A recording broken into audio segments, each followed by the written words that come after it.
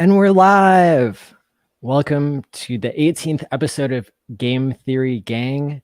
I'm your host, Maddie Allen, with co-host, the validator himself, David Feeder, and special guest, one of the team members from the HEX token that's been airdropped to people who sacrificed for 8 different projects. So there's a lot going on this week, David. Oh, yes, there is. Oh, yeah. Yeah, this is very exciting news tonight. Yeah, I'm very interested to talk about this.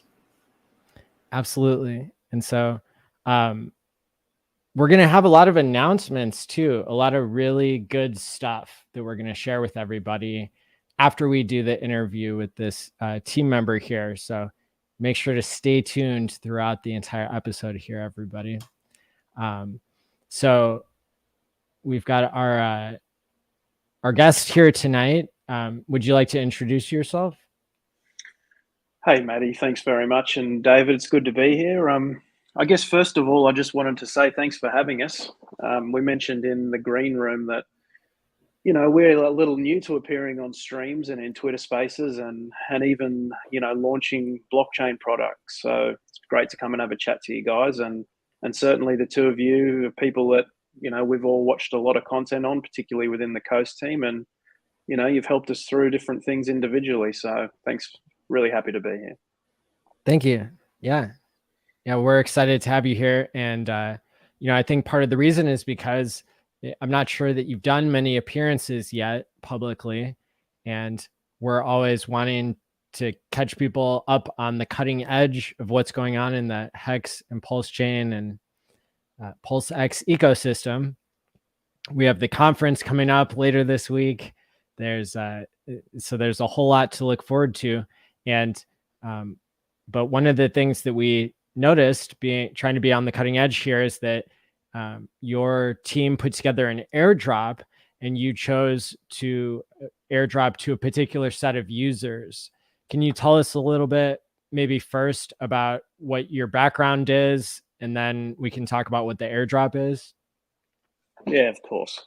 So look, the team at Coast, we're a team of 6 people, and we have a variety of backgrounds. We've got, developers, we've got entrepreneurs. One thing that holds us all together is that, we're Hexicans. So I don't need to tell yourselves or the people who follow your videos, but, we've been very fortunate, particularly those of us who were able to get in the earlier stages, given the stage of the market at the moment. But we're very fortunate that we've been able to get a bit more freedom of time, to chase things that we're interested in, find ways to bring value, and start to, partially or completely take a step back from needing to find work for the day-to-day cash flow needs that most people, still require. So, our background is one that we've been within the ecosystem and within the products for, several years now. Some of us were day one Hexicans, some of us were later on, but we've all overall done really well. And I guess we've been working on several things for the past sort of 6 to 9 months, maybe a little longer, actually. I think the 1-year anniversary for the sacrifice phase is in a day or two. But we've been working for a while in the background, and we're just sort of coming out now steadily to start to release some things that we've been working on that we're pretty excited about.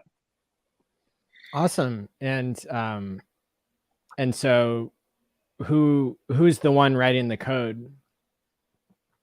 So we've got a couple of software developers who are writing the code. I'm not one of the developers myself. We're trying to, because we have a few products that we have in various stages of development. Largely, our developing team are busy working on that, and on occasion we will have a chat to them about some of the specifics of the coding if important questions come up.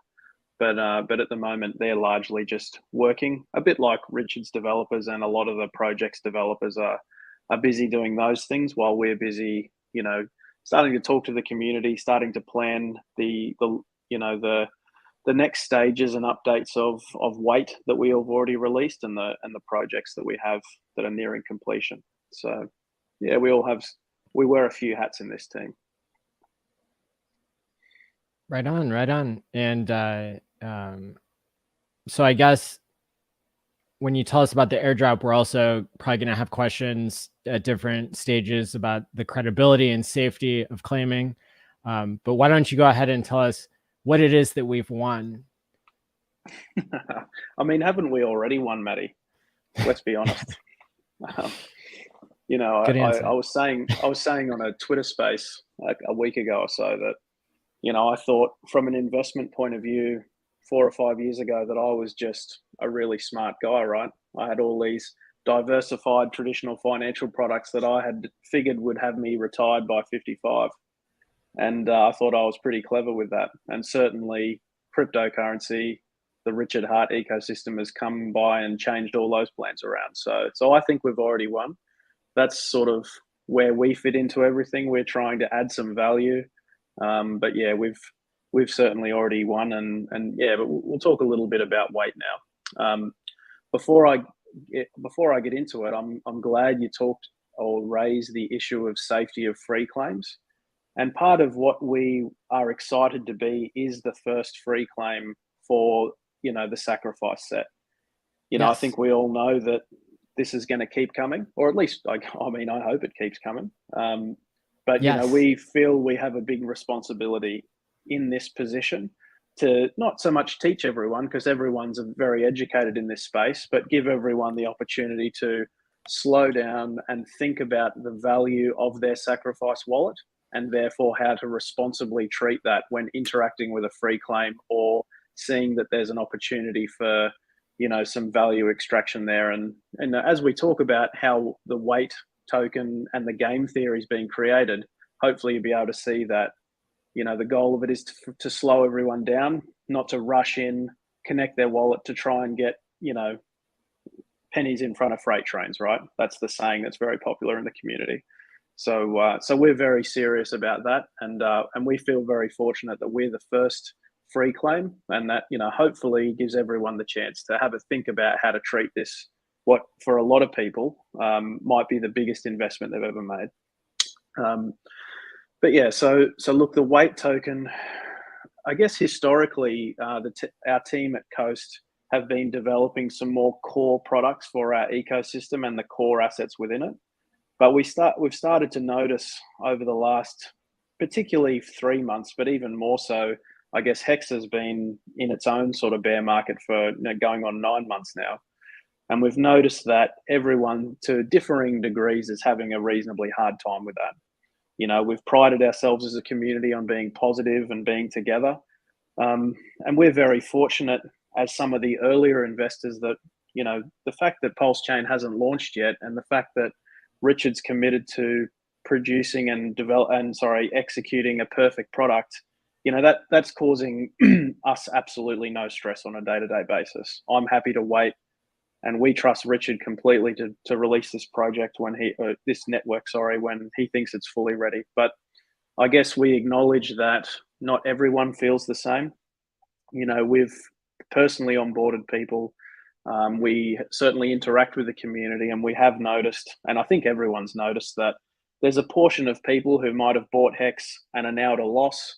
They might have sacrificed a bit more money than they probably could at the time, and therefore, coming up to 12 months down the track, they're starting to feel a bit of pressure one way or another. And that's not to pass judgment on whether you should ever get yourself in a position to feel that kind of pressure. But, you know, we have noticed that within the community, there's a portion that are maybe not having as good a time. There's a portion of us who are lucky enough to just be really patient and tell everyone it's okay. But, you know, if your portfolio's sitting in green, it's very different than if your portfolio is sitting in red or heavily in red. So we wanted to develop WHEX as an opportunity for those that, you know, supported the PulseChain ecosystem to have the opportunity to remain engaged, to provide some gamification and some patience. And then also for those that feel what they need is some value extraction, well, then there's that strategy that they can execute as well. So that's sort of the ethos behind WHEX. And obviously, you know, with the name WHEX, what we're trying to do is, you know, acknowledge that the PulseChain's taken a little longer than we all expected, and, you know, that's okay. and this is our opportunity to add value in this area. It was a little bit of a shift of focus for us. So we were all thinking that PulseChain was probably going to launch mid-May. Wait had just been an idea at that point for us, and we'd been very much working on some other projects.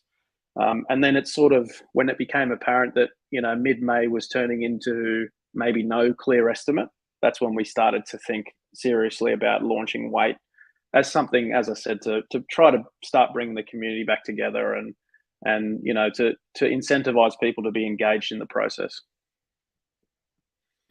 If you don't mind me digressing, what's behind the name Coast? Why do you call yourselves Coast? I guess Coast means different things to different members of the team. A few of us grew up on the coast. We think it's a peaceful place to be, and we think there's some nice branding there. It gives us some calm project titles that are positive and can be linked with just some sensible long-term calm investment decisions and options. But yeah, it has a double meaning there in terms of both branding and our own personal backgrounds, having all grown up on the beach.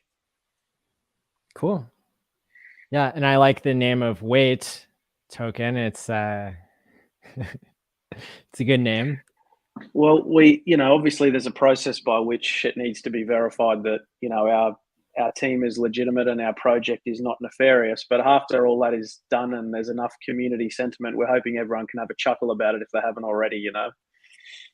Now, how exactly will people have more confidence the more they learn about your credibility? Yeah, so that's a completely good question. I'm glad you've asked it. So I guess what we're trying to do is prove via our actions that we're good actors in this space. And then, as I sort of alluded to before, by trying to write game theory into our contract that incentivizes everyone to be patient, not only does that sort of speak to the ethos of the Richard Hart ecosystem, but it also promotes people to have time to do research, time to listen to the streams we do, the Twitter spaces we do, time to read the different resources so that no one feels there's a need to rush in to participate. We feel that, even that feature alone is something that hopefully encourages people to feel like we're not trying to act on, and generate FOMO in a group of people who've had to wait a year for an investment they thought would come earlier. Some other things we've tried to do is be very ahead of the game in terms of transparency. So, we've all had the opportunity to have the world's best free crypto education, from Richard himself primarily, and then the community as an extension. And so, even our testnet contract was audited by Solid Proof, and that's available. Our mainnet contract is audited and is available.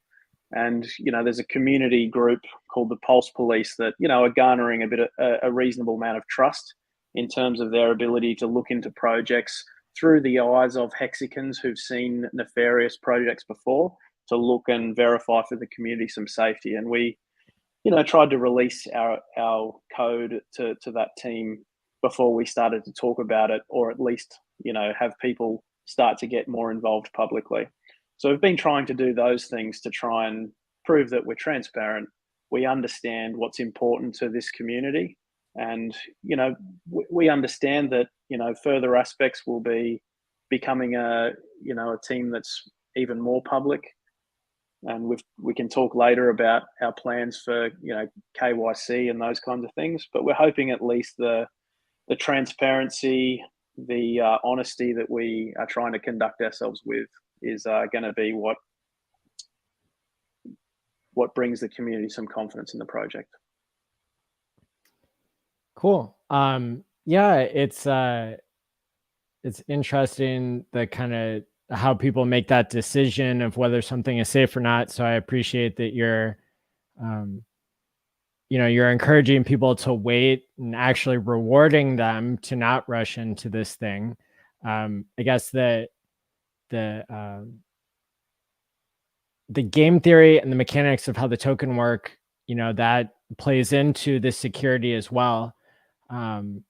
But at the end of the day, it's I think it's something. I'm glad you brought up the Pulse Police. I'm going to drop the link for that. That's a group that we like because it's run by Key, K-E, who made StakeHex.today. And that's where I go to judge whether something new has been reviewed yet. And I would never connect to a site without checking there first. And so whether you're taking one of my classes for chain analysis or whether you're just tuning in on Game Theory Gang or Hex Therapy, I'm going to keep promoting t.me/Pulse Police for people to go and check out. When you join that group, be respectful and look to see if the project you're looking for has already been reviewed before you spam up that group.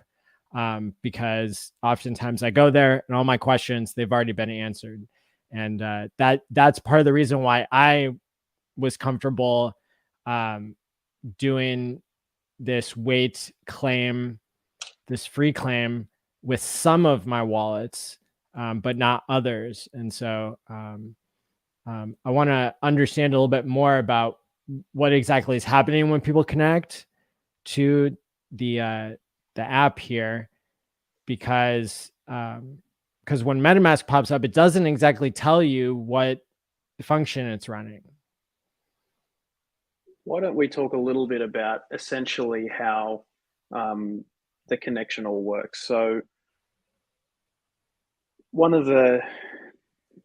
we were designing Wait, what became clear is that there are a lot of eligible addresses when you include simply just the Pulse and PulseX community. Now, in truth, the adding of Hurry Cash, Mintra, Internet Money, Liquid Loans, Genius, and Fiat, they actually don't proportionally add as many addresses, but there are new addresses in there. And so the solution for storage of eligible addresses is that they are held in an off-chain database. Now, we've had some help from, again, some trusted community members that at this stage we're not naming, in just verifying and cross-checking, the list of addresses we have as eligible for the free claim. But due to the sheer number of addresses, they haven't been able to be hard-coded into the smart contract, and therefore they need to be stored on an off-chain database. Okay. We've seen if you go down to the end of the white paper, I think you're driving this, Matty, or are you, David? You'll see that there's a bit of a walk through the technology, and also even just up a little bit. That's right. A small pictorial just explaining, how this all works. And I would encourage, anyone who's taking their time and taking the appropriate caution and due diligence just to have a read through that so they can better understand the process. But largely, this design was required due to the number of eligible addresses, in this community. The next thing to say, I guess, would be that we've seen from all the projects within this community, perhaps with the exception of one project, that creating an accurate sacrifice set has taken longer than a lot of us thought it would. And we now have a better understanding of what's involved in that. And so the ability to hold those eligible addresses in an off-chain database allows us also the ability to have a reporting tool to be able to manually verify anyone who feels their eligibility hasn't been recognized. And it provides us really the best solution for essentially creating a list of people eligible to participate. So that's the back-end functionality. And therefore, when you connect your wallet, then there's a couple of functions being run. Are you on the database? If so, you're imported into our smart contract so that you can unlock and mint your Wait tokens. That would be a basic run through, but I would certainly refer people to the white paper for that. So when I was, running this on some test wallets that, it's okay if I get myself into trouble on those wallets, right? Don't want to get into too much trouble, but it's the whole point of having a test wallet is to shelter yourself from the risk of your bigger wallets. And so for me, what it seems like was happening was I would pay like $2 in gas fees, and I could lower that down to $1 if I was trying to break MetaMask and go into like 3-4 screens deep and forcefully change the the number of GWAI to about half of what is advertised would make something like this go through if you're not needing it to happen immediately. Whenever you do a swap, the ratio that exists at that moment needs to be executed at that moment on the blockchain. Otherwise, the ratio changes and the trade can't go through. But if you're doing something like this, where you're essentially connecting to basically like a Chainlink oracle, I believe, where it's just seeing if you're eligible or not and how many tokens you qualify to free claim, then for me, that's a transaction where there are going to be situations where, yeah, I want to like screw those Ethereum miners out of that extra $1, and I don't care if it eats up all my time and energy doing it, right? Like, it might be more, David's laughing. I mean, it might be, yeah, like I might be shooting myself in the foot here, but I don't mind. So, Look, so I'm like, I'm using low GWAI because it doesn't have to process in that second for me. And then that was my interpretation of what it was doing. Is it's like basically checking Chainlink. Now, if you take my free chain analysis course, which I'll talk about later in the program, I can show you how to check yourself before you pay that $2 fee, to check for yourself to see if you're likely to qualify for claiming weight tokens without having to pay the money to check for a particular wallet. But that can just be done on Etherscan and in general. Could I make a quick comment just to interrupt you there briefly, Matty? And Please. that's just to remind everyone that we have a website where you can check your eligibility for free. Oh, nice. That is demo.0xWait.com. Oh, that's what that's for. Okay. Yeah. So, we are making some changes to our DApp with the plans to release those in around the end of the week. So that would be sort of our V1D version with a V2 version at the end of next month. But if you want to just check your eligibility, then if you go to demo.0xWait, there is no wallet connection. You just enter your public address and you should get a reflection of your eligibility. And at that point, you're more than welcome to, if you feel that a transaction hasn't been acknowledged, then you can use our report form at the main website, which is 0xWait.com, and you'll see a reporting tab, and you can fill out that form, which just again involves your public address, your transaction ID, and date and network, and we can manually look into whether or not that your transaction was eligible. That's been an interesting process. There's been a few people try to be cheeky and think that we're not actually checking. So, we've been doing chain analysis in the background one by one, and you see people, you didn't sacrifice at all. If you, it's sort of, we try to be nice and calm on stream, but certainly we've been a bit frustrated when we've spent a few minutes doing chain analysis trying to find people and then find out they're just trying to do a cheeky on us. Yeah, absolutely. And so, I connected, and but for me, I didn't know enough really to want to connect.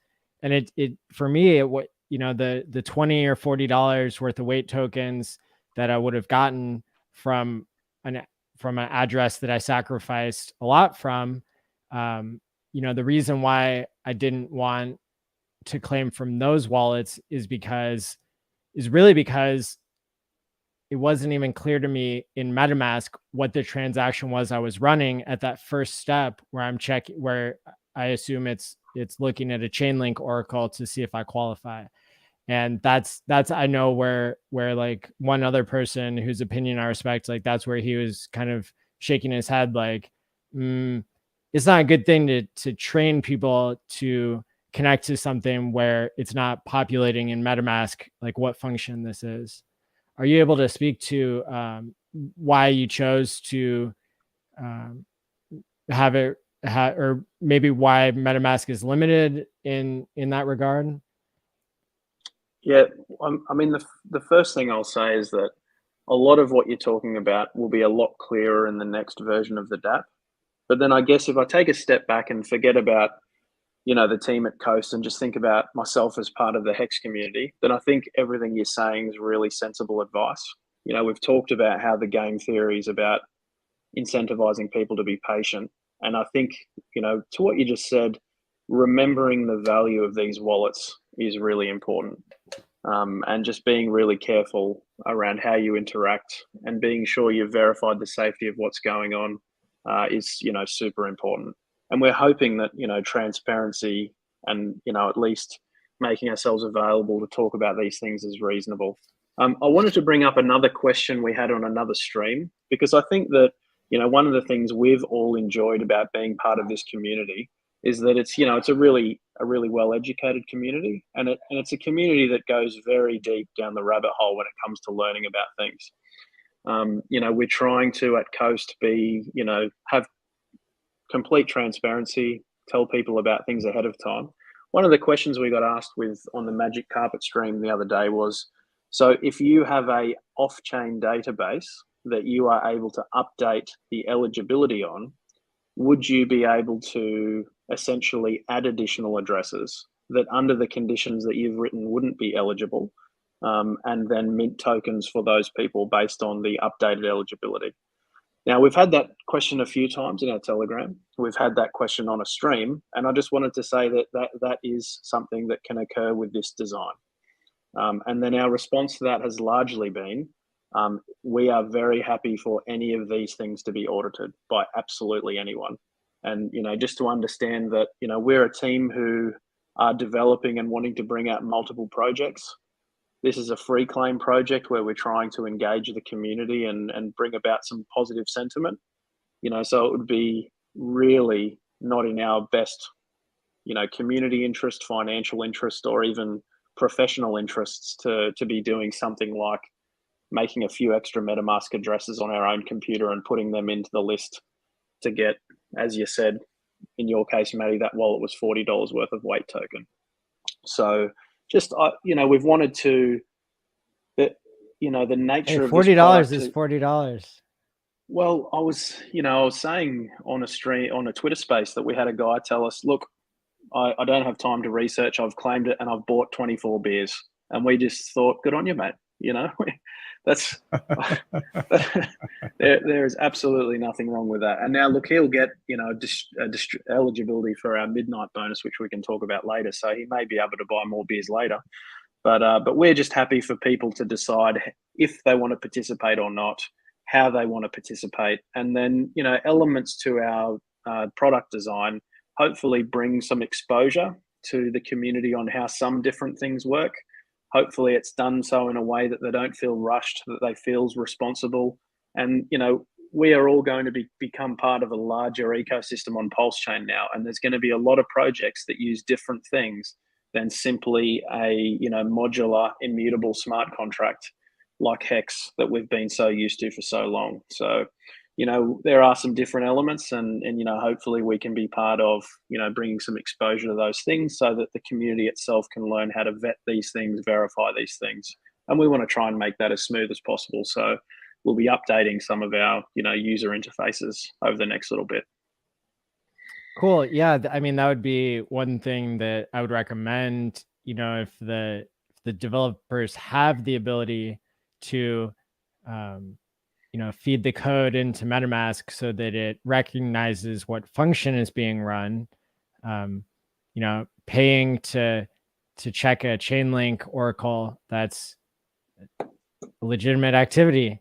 But when MetaMask comes up and it gives you kind of like a blank stare, like, I'm not, if MetaMask isn't sure what's being run, then if it wasn't for the Pulse Police review saying that there's no red flags here, I would have stayed probably far away from this. So that'd be one way to probably increase the confidence. And you know, I understand that you all are going to be continuing to develop this and improve it however you will. Yeah, I mean, that's great feedback, Matty, and we're happy to take it, you know, from anybody. You know, yourself and David are, you know, highly trusted community members, and we're very happy for comments, feedback, or anything. And we're certainly looking to try and develop the user interface. It's a bit of a unique project in that you never really know when PulseChain's going to launch, right? You know, that's the whole meme, when Pulse. And we're thinking about diverting all of our efforts and attention to a new project we may or may not be able to release. So, yeah, thanks for that. And all these things are things we want to consider, because, you know, we're here to stay, here to develop some more things to bring value to everyone. So, yeah, we want to be established as good players here. Absolutely. And so for me, you know, I ran that function to check, and then it would tell me how many wait tokens I was eligible for. And I noticed that the number of tokens I was eligible for was related to the number of hours I've been waiting for PulseChain to be released and PulseX. Is that how this works? Yeah, so we'll talk about the tokenomics if you like. So, you know, essentially we've discussed how you come about being eligible for this free claim. And then, so we wanted to bring into the game theory some of the healthy behaviors that HEX has taught us. You know, we all love the fact that, you know, in the HEX system, inflation is paid to those who delay gratification. And we wanted to incentivize people, being the first free claim wallet, we wanted to incentivize people to take their time. You know, we've already seen in our Telegram group, there's people who are absolutely rushing in to connect their wallets and interact with us immediately. And, you know, that's obviously their decision, and we're comfortable that, you know, what we're doing is, you know, benevolent. But, you know, we've seen this behavior, and we're hoping that the way we've structured things can change that a little. I'm not sure that there will ever be a free claim worth more than your Pulse and PulseX sacrifices. And I guess that depends on whether it was a 1 cent or $1,000 or $100 sacrifice or more. But yeah, I beg to differ. Yeah, or mortgage. Yeah. So look, yeah, in terms of the tokenomics, so there's a list of eligible addresses, and each of those has been accumulating 1 wait token for every hour that they've had to wait since the end of the sacrifice project that they participated in. So one address can be eligible for up to 8 projects. And each clock, and you brought up a little graphic there from our white paper, which just shows that the different projects have been, in fact, waiting different amounts of time. And this number of days goes back a week now to the launch date on the 5th. But you are, you know, the distribution of supply goes by how long you've waited for your project. And so at the moment, for example, if you look at the top there, the PulseChain sacrifice group have been waiting longer than the fiat group at the bottom, and therefore their eligibility for wait token at the moment of the launch is much more. Now, from the 5th of July onwards, every address continues to accrue 1 wait token per hour per project that they participated in. And that goes up until the launch of PulseChain. We don't obviously know when that's going to be. You know, we've heard some of the most crazy and ridiculous theories over the last 6 months. You know, I've been writing them down to keep some of them. You know, every time Richard makes a comment, people go pretty deep into what it probably means in terms of PulseChain launching. So if anyone has any really updated theories, they can come to our, you know, Telegram or Twitter. But yeah, the process from here is that the longer you wait, the more of the inflation in the wait token you will be eligible for. Those that claim now will not accrue any further inflation. So you can claim your allocation of wait token one time. That's right. And if you run the checking function, the first transaction you need to run to actually get the tokens to get the free claim, is it correct that you run that and it tells you how many tokens you get, and then you come back a few hours later, it's still going to be that same number unless you rerun that function and pay for it again, right? So yeah, this is an area in where we just want to improve the user interface a little, because we have noticed that, you know, when you're very close to a project, you think some things are really clear. And then you get some community feedback and you say, oh, okay, we can see how that could be made a little clearer. So the check database function just essentially determines your eligibility. And then if you are eligible, your address becomes, incorporated into the contract, and therefore you can claim and you can unlock and mint your weight at any point in the future. So you don't need to check database again if you've been deemed eligible. Your address will be now part of the contract, and that does not need to occur, and you will not have locked in your initial amount of weight token. As I mentioned, we're going to update that in terms of the user interface, over the next few days. At the moment, though, for anyone using it, if you just refresh the browser, it should just update automatically. You shouldn't need to run the transaction and pay gas another time. Cool. But just to confirm, it is required. You have to run the import function first before you can claim, right? Yeah, that's right. So essentially, there's a couple of functions that need to occur: checking the eligibility and the importing of that address into the contract, and then later a claim function needs to be run. And so we'll be, as I said, making it a little bit clearer on our front end exactly what function you're calling when you press each button, which we're hoping will be out on Friday.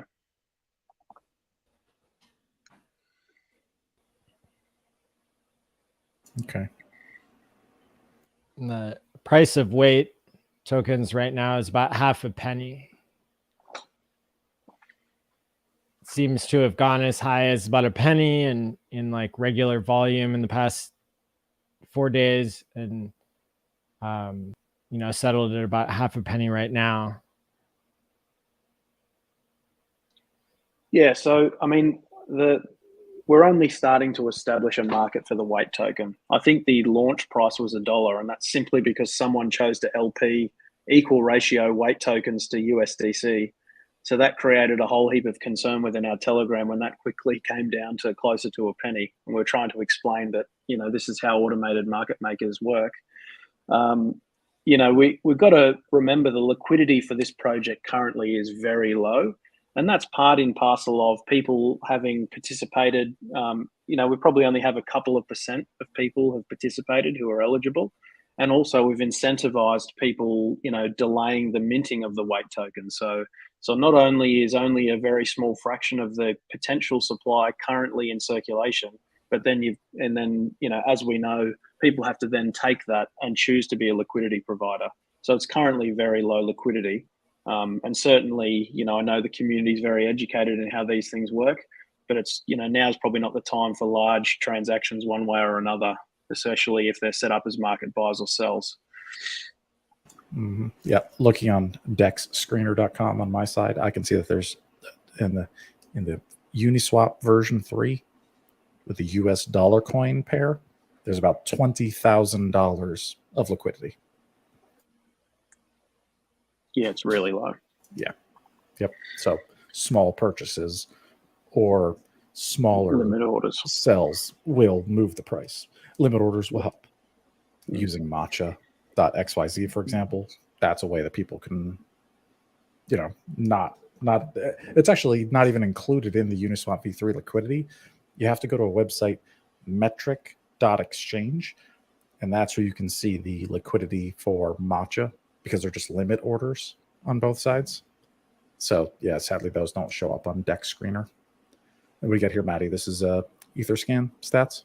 Yeah. So 26.1 million coins, 1,400 holders. Not too bad. So it's okay. I was just about to ask. So is there a hard cap on the max total supply? Or I guess really not, because it depends on how long people wait and then how much they mint for, right? That actually determines the total. Yeah, that's right. And I guess more importantly than that, when PulseChain launches determines that. So there at this stage isn't a capped supply. The inflation rate that we discussed earlier of 1 weight coin per hour per address per project continues until the fork. And so like 200,000 tokens per hour. approximately? So when you see 200 tokens per hour, 200,000, because there's 200,000 addresses that are eligible. So that's how many tokens are generated per hour. If people claim, which they won't all claim. So, and that assumes they only had one project, right? Of the 8 different sacrifices. That's I think the total number, correct me if I'm wrong, the total? total number of eligible addresses from all the sacrifices is 200,000. So we estimate a bit under 5 million tokens per day is the estimated inflation, or the inflation in the system, and just distributed to those, as we've said, according to the addresses and projects that they've participated in. So about 5,000 coins per day. Based on what participation rate? Okay, so this is probably a nice, I can see a comment in the chat that says, can we clarify when the claim function actually goes away? So that is when PulseChain actually launches, not when it's announced, because I guess there's still the ability for an announcement to occur and the chain not to go live. So it will be, it will be when PulseChain launches. And I think another important discussion will be how that claim function stops, because it's sort of a bit of a triggering word within the community that we'll talk about in a minute. Now, okay, yeah, sorry. So Matty, you asked about it, the supply of weight depends on the amount of people that participate. One of the things in the white paper, talk about what's called the midnight bonus. And the midnight bonus is, set up to be similar and akin to Big Payday, right? So Big Payday was a great day for a lot of us. And, I think in the order of around 3% of Bitcoin holders free claimed their HEX.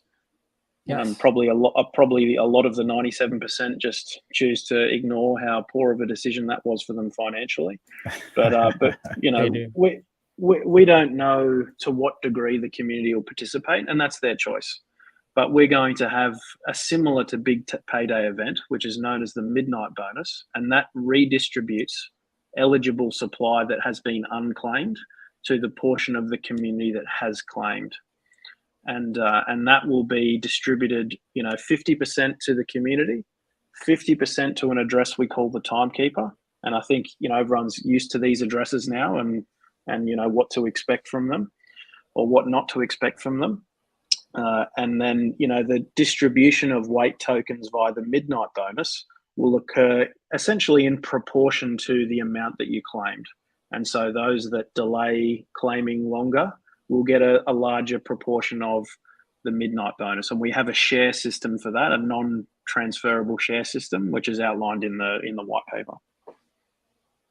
Okay. Just for comparison, of the wallets eligible for the Pulse Dogecoin airdrop or free claim, I guess,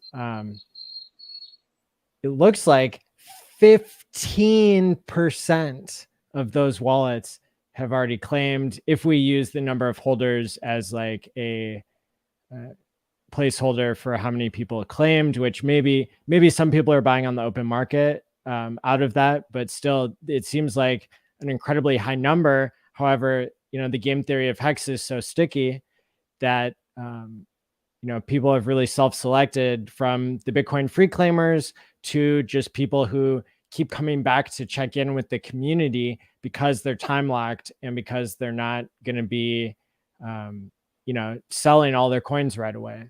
They have the opportunity to stay tuned. And so it'll be really curious to see how many people or what percentage of eligible addresses claim weight token.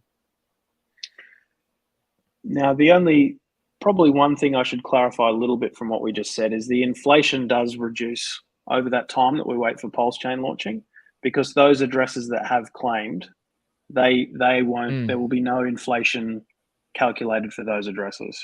So, that's a small granular detail, but largely the system will inflate every hour that we continue along the unclaimed addresses. Yes. Good point. But I think you're covering everything fine. Now, I was hoping we could just quickly address how things will end on the contract, because we got a comment in the chat from Brizology about the timing of it. Again, just in keeping with our goals of transparency, we want to talk about the fact that our contract has an admin key. And I know that that's a word or phrase that causes a lot of people to about face and run away as fast as they can, which is, again, probably a good protective mechanism in crypto. Essentially, as detailed in the white paper, we have what we, called a end claim manager function, which is an administration key. And that allows the manager to end the claiming of the WHEX token. Now, that'll need to occur on both chains, because we'll do that within the same hour immediately after PulseChain goes live. But that is a function that the team is able to run on this contract. Now, that's come out of necessity of being unable to know exactly when PulseChain will launch, and being, unable to hard code that in. But the other thing to understand about the admin key is that is the only function that it can do. So it ends claiming, it distributes the midnight bonus, and then the contract becomes immutable, and no one from the team can can run any kind of function of any sort. So after the PulseChain fork, the WHEX protocol will be immutable, but we do have a single admin key, just as we've sort of talked about, and the details for that are in the white paper. And if people use that as a reason to not participate, again, I'm not really here on the stream to tell people to participate or not to buy or to sell. We think that's very irresponsible to sort of do that, and we've learned that from Richard. But we just want to answer those questions and make sure that people understand these things, so that it can be very stressful to have not heard about it and then all of a sudden think that you've claimed something here offhand from someone else as an admin key, and that can cause people a lot of panic. So we're just trying to talk about it up front, explain, the necessity for it, and then, give community trusted people a chance to have their say on it. Yeah. And shout out to Crypto Coffee, who a couple days ago talked about WHEX. And after watching his video, I personally went to Etherscan and I read the smart contract for WHEX. And on your keyboard, if you go to Etherscan, you go to the contract, hit Control F for find, type in the word manager. In the code, you'll see it'll bring you to that singular command that you're talking about, where the manager key is what, when PulseChain starts and it's time to flip the switch and turn off the claiming function, that's what it does. And it says that right there in the code. You can see it. So that's verifiable. So I would recommend to people, and even me, I'm not a developer. You know what I mean? I don't know all the pieces that I'm looking at. And it was actually pretty daunting. There was actually a lot of components of the WHEX smart contract. There was many Solidity smart contracts within there. I saw the chain link. There's a couple chain link. I think probably just boilerplate, just your standard, how to use their oracles and check the remote database. You guys answered that earlier. That was my biggest technical question, was going to be, why do you have to check it first? But now it all makes sense. It's an external database, and you're using Chainlink to verify the person is really due to get these coins, and then it brings it over. So it all makes sense now. And I just want to say, from what I've seen on Etherscan, it looks to be true. Because all you see is that one function under manager. Thanks, David. And I think, what we've been happy and enjoying is the fact that people like yourself or others with, a bit less knowledge, obviously you're a very knowledgeable person in the community, but they're actually earning more weight while they take their time if they're nervous or cautious. So that's what I was saying on Twitter too. People were like, oh man, what is this? I got a lot of messages asking about WHEX. And they're saying, what should I do? Should I get it now? I said, no. I mean, clearly the game theory of the coin is to wait until the end to get more coins. So just wait and let it cook. There's no rush on this. And now that we know, because here's the front running thing. This was my big question. Brizology already asked it. So, all right, let's pretend, next month, Richard says, all right, guys, we're 2 weeks away from PulseChain launch. I swear, 2 weeks, it's happening. You know, that doesn't trigger wait. You guys aren't going to flip the switch then. We're have to wait and see if the 2 weeks did PulseChain really go live. So in theory, people who listen to Richard, if once Richard gets it really close to the end, once PulseChain's really ready, you should be able to mint your wait right before, like the day before, with pretty much certainty. You know, like you can get pretty close, right? And that's okay. That's part of the game. So we at Coast are some of Richard's biggest fans, and but we didn't really want to code his predictions into this. You know, I think he said himself his predictions aren't always on time, and that's, you know, having developed a project completed now and some others in progress, we totally get that. But yeah, there's certainly the opportunity to, you know, keep the community engaged, keep the community, you know, learning new things that certain people may or may not have been aware of around off-chain data and chain link and safety of free claims.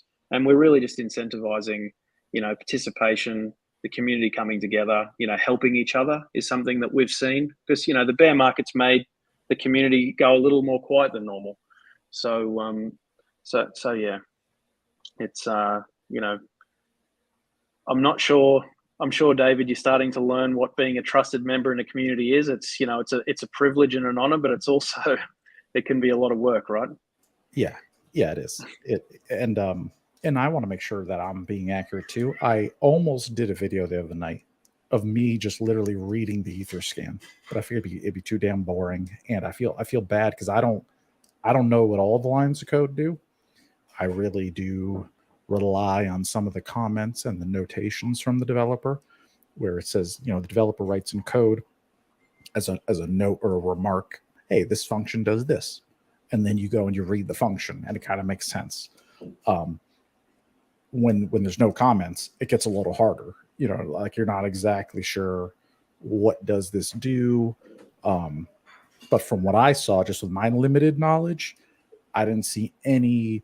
Well, I even saw there's a burn function, and in the burn function, before you burn your own coins, you have to set an allowance.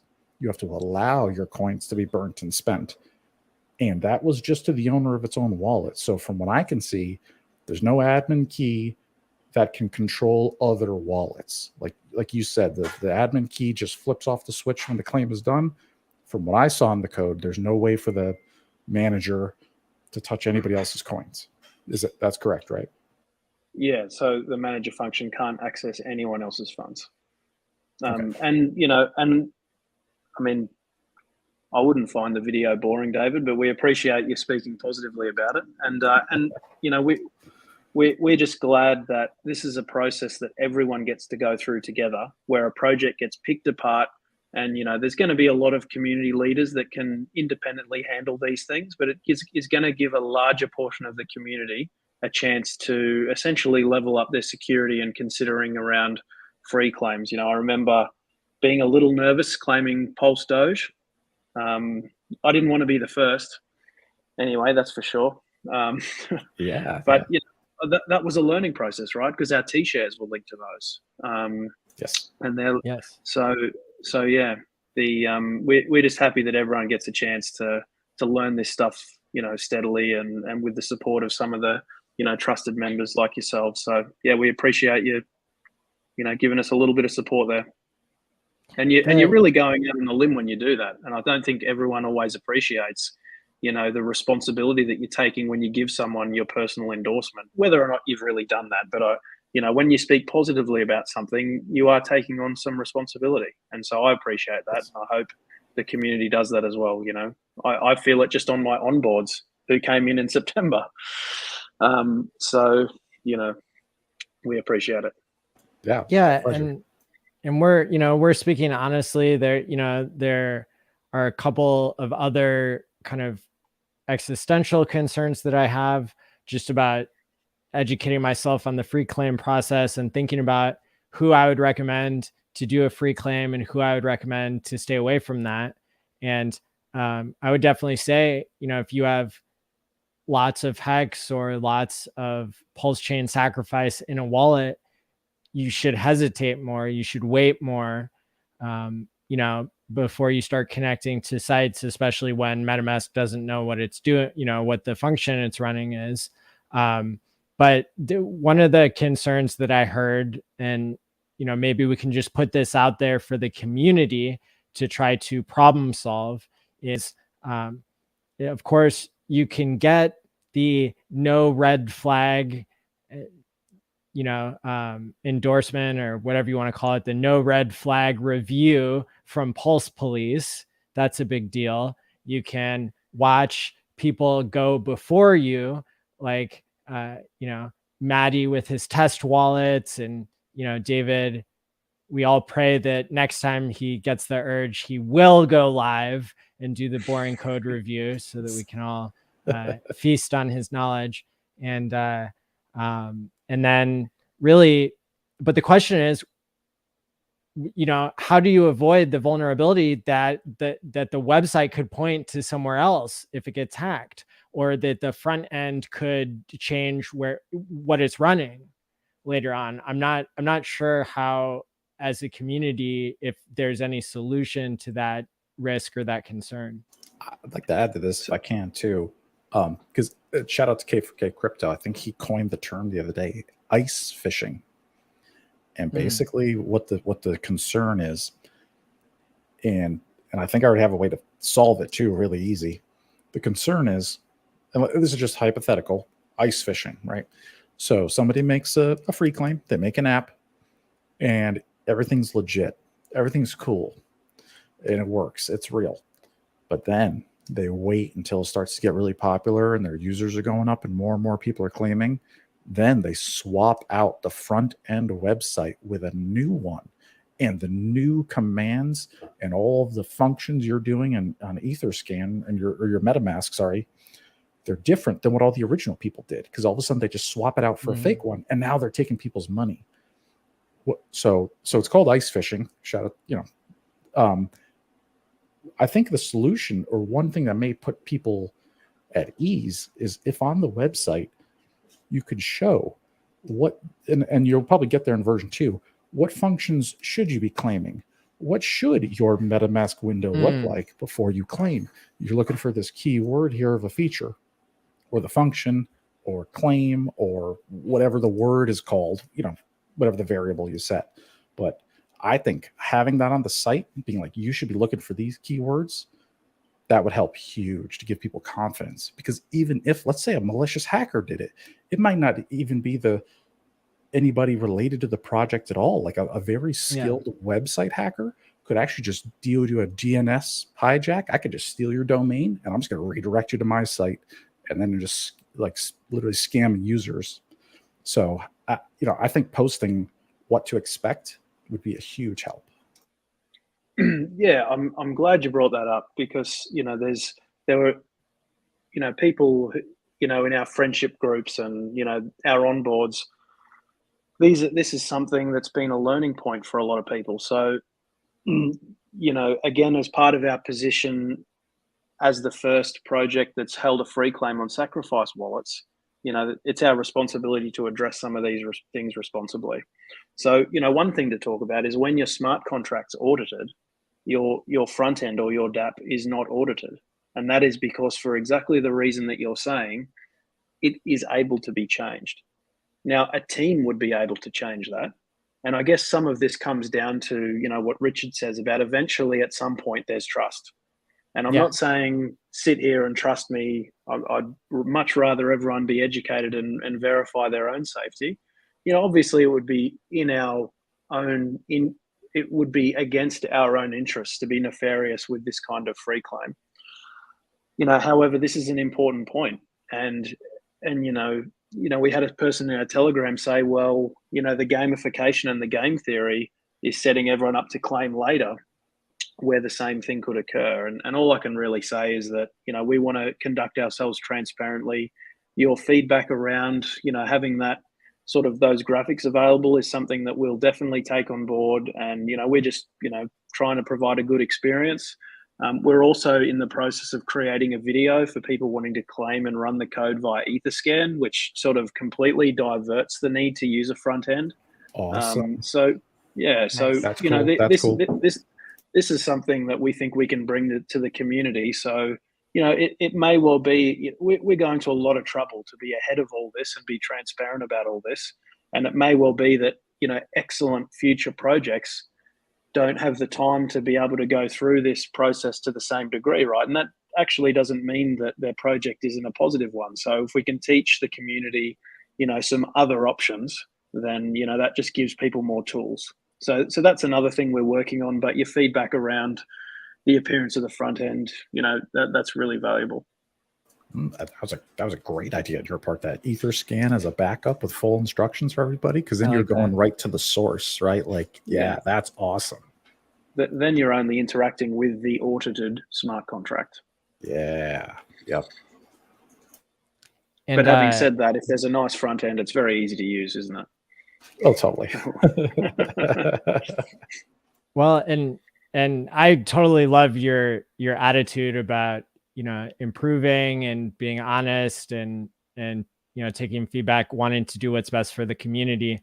For me, in the past couple days, I've been looking into how to up my trust game, even though, you know, most people would say I'm doing pretty well in that department. I'm kind of, I've been kind of obsessed with Pulse Hot List in as a tool for people to be able to do their own research and to basically have one way to standardize organizing information about different products, projects, even influencers. And one of the things I'm super jealous of is there's somebody else that's listed on the site that got this KYC review. And when we had Victor on the channel, what was that, a week or two ago, he showed us a website that I looked further into called coinsomething.co. I think I've got it bookmarked here. But basically, I was chatting with one of the admins from that website, and what they do is they collect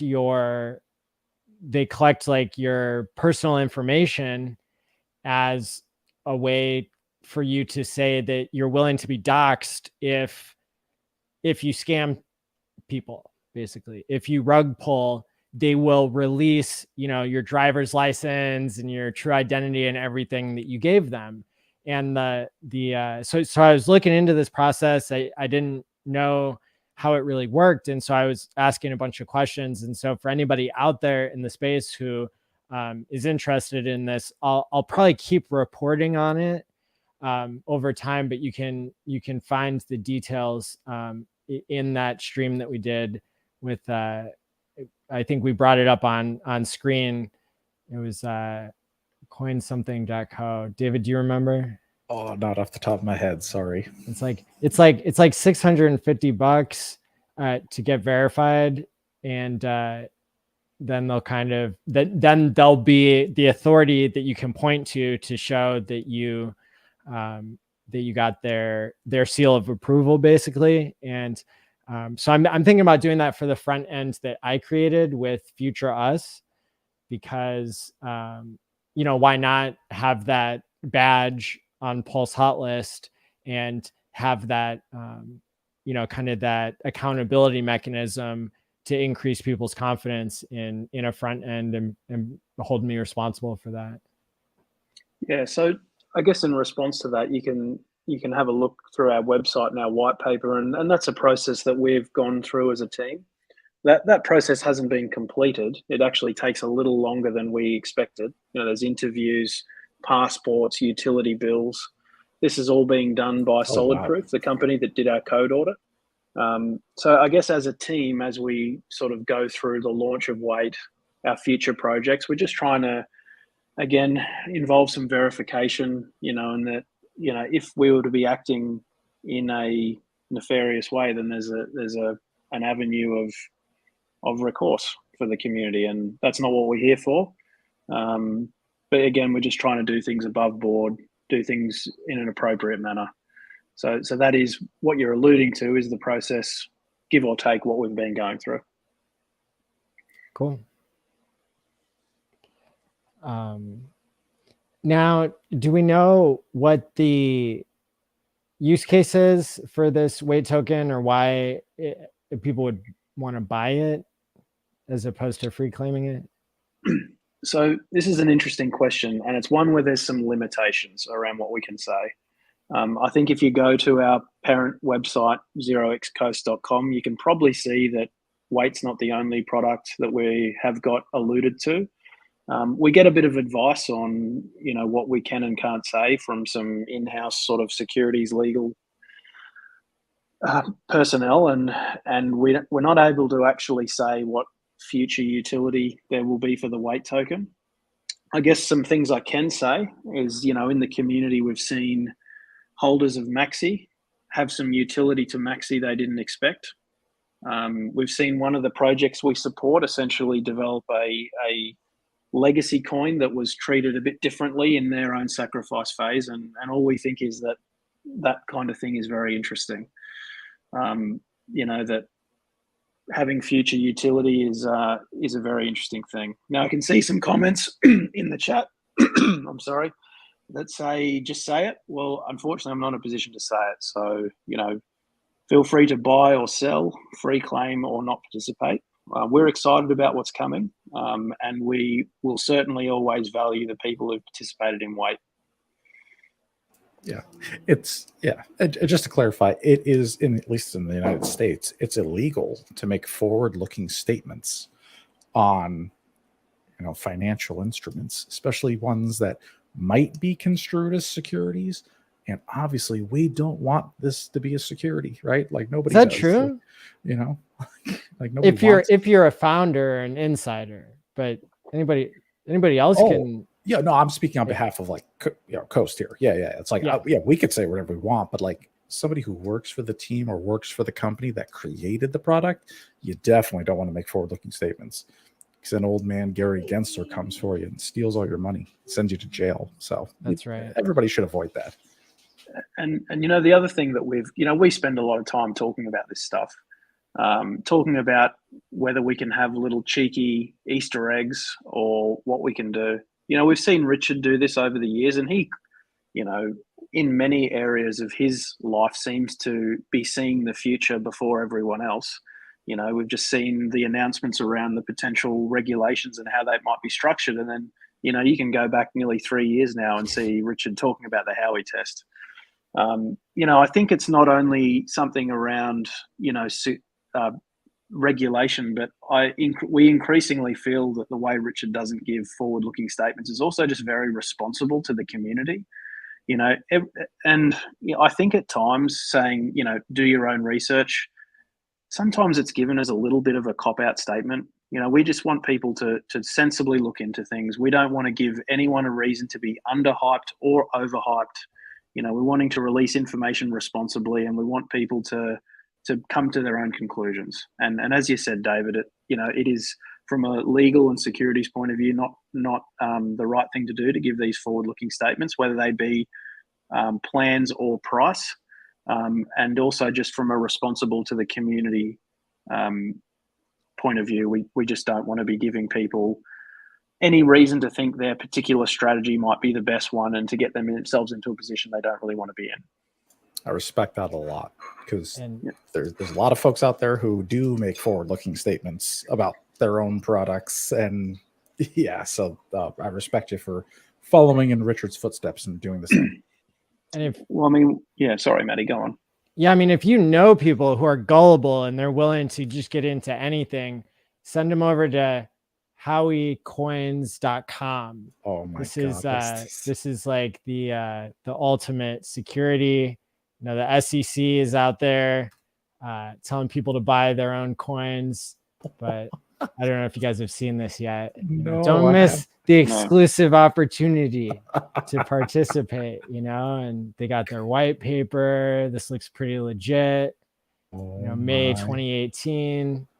So, it's all here. Just send people over. You get 25% discount. There's different levels. You can meet the team, and you know, just really get all that bonus money there from this token sale. Oh boy. Yeah. I've never heard of that. Where'd you even find this? Yeah. Oh no! Wait, what happened to Howie coins? It reroutes to investor.gov. Wow. Oh, it's literally an SEC phishing site? Yes. Oh, damn. Yeah. I love it. That's hysterical. Wow. So that's what Gensler does with all of his budget money. Okay. Jeez. This was before he came into office. Sorry, could I address one comment in the chat from EZ? It's from Field. It says, when PulseChain launches and the supply is distributed, can you start saying anything? The truth is, we will say things when we feel we're in a position to say things. Now that might be before PulseChain, but it's, you know, when we feel it's responsible to outline opportunities, that's when we'll do it. And it may or may not. That is not related to the fork itself. It's when we're in a position to do so, we will do so. Very responsible, not to be joking too much at the, you know, at the attitude you're taking. It's I think it's very responsible. And the reason, you know, the reason I brought up the Howie coin thing is simply because there are a lot of people out there who are not taking the responsible approach that you are, so much so that there's a parody site made by the SEC. Oh, it's hilarious. That's awesome.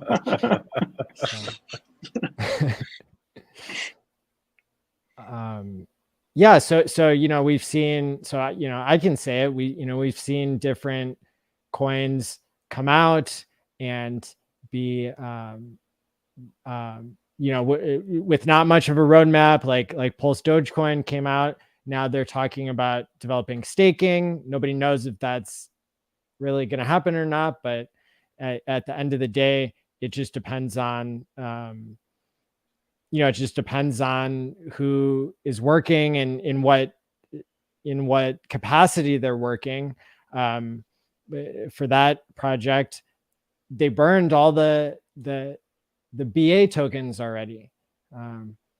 And that's one thing I'm going to cover in my chain analysis course here this week, tomorrow.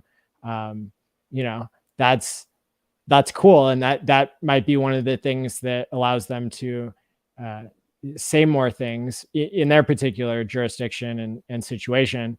But then again, they could just be memeing everybody, and they're not really going to have staking. Hey, David, have you heard anything about that? I mean, I'm in the Telegram group, but I had no confirmation yet as to what that might look like. No. So yeah, you're right. It's well not set in stone yet from what I can see. Well, and Hedron has developed some new, you know, some new mechanics and has this ICOSA token that I'm hoping that they'll talk about at the Pulse conference here later this week, that people will be able to understand better. But that's another example of something that wasn't necessarily promised, may have been teased at one point, but there's just a general discussion in the community like, hey, how can we make this better? The price performance isn't on point or what people want it to be. And so there's examples of teams that are being responsible and not being promised coin people, and they're releasing stuff only when it's ready. And then there are random discussions in the community about people even just pitching in. Some people volunteer to promote things, to build things that the original project creators didn't necessarily envision. Yeah, for sure. It's funny. We actually think in a lot of detail about what we're saying. You know, we have a meeting every day, and sometimes we're just talking about a sentence that we have or haven't used, and so we're taking that stuff really seriously. And look, other projects are going to do it to different degrees, and you know, that's up to them, and that's fine. You know, I think it'll become clear, hopefully, with the community like the one we have. You know, who's a good actor and who's maybe not a good actor, and you know, we're happy to be judged by the community. So it's funny when you're in this position, and it's not too dissimilar from, you know, mentioning to David earlier about being a trusted member and how the responsibility you feel when you make a statement. And, you know, we sort of feel that as well. So yeah, it's been a real interesting learning journey for us from that regard. One of the points that you made somewhere in the white paper or on the website says that at one point you thought it was silly for people to be sacrificing small amounts, but you ended up you decided to include them within the set of people. And this distribution, it doesn't matter whether you put $1 million in for PulseChain or whether you put in $1, you would still get the same number of weight tokens. Can you speak a little bit to why you decided to include everybody in the free claim? Yeah, so it's actually funny that, because we participated in pools. We're going to be rewarded for that with a better volume bonus than we would have got individually, right? But then it's funny that the project we've developed largely doesn't really suit the strategy that we deployed. When it comes to people sacrificing $1 from lots of different products, from lots of different addresses, essentially there's always going to be someone who ends up having the ultimate strategy for a project that's launched in the future. So we're just, for those people, good luck to them. We've heard, someone in the community's had over 100 wallets. They're likely to be a very influential person in the Wait ecosystem if they choose to stay. That's none of the team members. But yeah, there's always going to be someone whose strategy makes it optimal for the future. There was people who saw the 555 stake from the start, and there was people who didn't really see it until later on as the way to play the HEX game, right? But when it comes to the decision to not incentivize the large sacrifices any more than the small ones, is we felt that the large sacrifices were probably the people who were doing the best in the bear market, who were doing the best with the delay to PulseChain, and we're probably going to get a considerable benefit from their large sacrifice already. So we couldn't really determine which of the $1 sacrifices were someone's only sacrifice or were one of someone's 100 sacrifices. So it was a decision we made just to say that everyone probably sacrificed what they were able to. They might have been doing overtime, reducing their spending around the household. So we simply wanted to reward participation, not monetary energy. That makes sense. And I think that was fair for this because people were incentivized to use the same wallet for the PulseChain and PulseX sacrifice, because if you use the same wallet, it increased your volume bonus, right? So, if somebody put in within 10 the wallets, same sacrifice. Like just taking PulseChain as an example. Yeah, if I do like just one wallet with $10,000, I get a bigger volume bonus than I did if I did 10 wallets with $1,000 each. Now, sure, later now it's better for Wait in this case, for free claiming this, but for PulseChain it was the opposite. So I think this was a fair distribution. I actually like it quite a lot. That doesn't matter what you sacrificed, just the fact that you sacrificed gets you in the Wait airdrop list. I like that. Well, see, we agree with some of the comments that Richard makes quite openly and other people sort of endorse, and that is that whales are very important. That someone's investment of $1 million is actually more important to a project than 100 people who invest $10. Yes. But and that is definitely true. But this is a different project, and so we're able to have a different approach to that. And we just wanted to more say to everyone who's been waiting in some cases for nearly a year, that your participation in this new ecosystem of PulseChain is appreciated, and it's appreciated just as much as the people in the top 10 of Pulse Lead XYZ or whatever. So yeah, we chose to do it a little bit differently, and we hope people have fun with it. I like that because that's great, because this gives everybody the chance to gamify waiting for PulseChain, because now people are thinking, hey, we've already waited a year. Now, I've been going around saying I think it's going to be another year now, just to scare people, so really put the fear in them. So imagine another 12 months.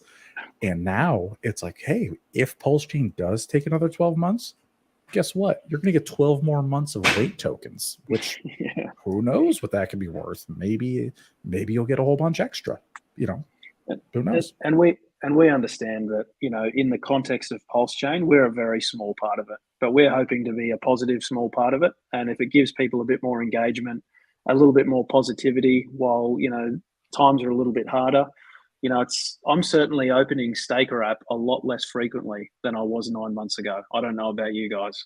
But certainly if we have a place that's, giving people a chance to participate positively, then we're happy with that. You don't open your Staker app every day? I love a good cry, Like, oh. There is a question that says, what happens if Richard Stealth launches PulseChain, from Falcon Crypto? I mean, Wow. The moment that we are aware that PulseChain has launched, we will run the manager function.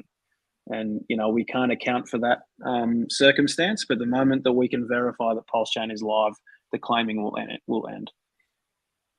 And then people will have weight on 2 chains, obviously. Makes sense. I know you already kind of mentioned this, but I want to dig a little bit deeper on why you chose these sacrifices and not just the RH ones. So, in some other forums, we've had some pointed questions about this, and probably one project in particular. We've sort of established the viewpoint, and the background here is, we are very much Hexicans, and we always will be. We have Quattro Cincos, and our parents are Hexicans. As my father tells me when Richard Hart is live, as ridiculous as that might sound. Nice. But look, we think that PulseChain is a different environment to HEX. HEX is an amazing financial product, is a phenomenal store of value, and has an amazingly bright future. But this project's about PulseChain and about recognizing the people that chose to bring their value and their hard work to PulseChain. And we believe that is a group wider than PHEX, Pulse, and PLSX, because we're probably learning that if your only interest is financial, by investing in crypto rather than doing work and spending money developing a business or a project, you probably do better off economically. So the people who are all going to effort to create these things they're trying to, we hope that they're trying to bring value to this new ecosystem. We're going to have people come to PulseChain who've not heard of HEX. We're going to have people who come to PulseChain for any one of their own investment narratives, which might be broader than what we all share together. And we really want to see an environment where there's something for everybody. We just need to acknowledge that, people's investment theses and the narratives that appeal to them are going to be different. There's been some criticism that, one of the projects has an overlapping feature set to a degree, with a project we all like very much. And, we think that this is What's first that? and foremost. So the Genius Smart Financial Contract is a store of value that is launching on Ethereum, BSC, and PulseChain. Which one is that here? Is that this one?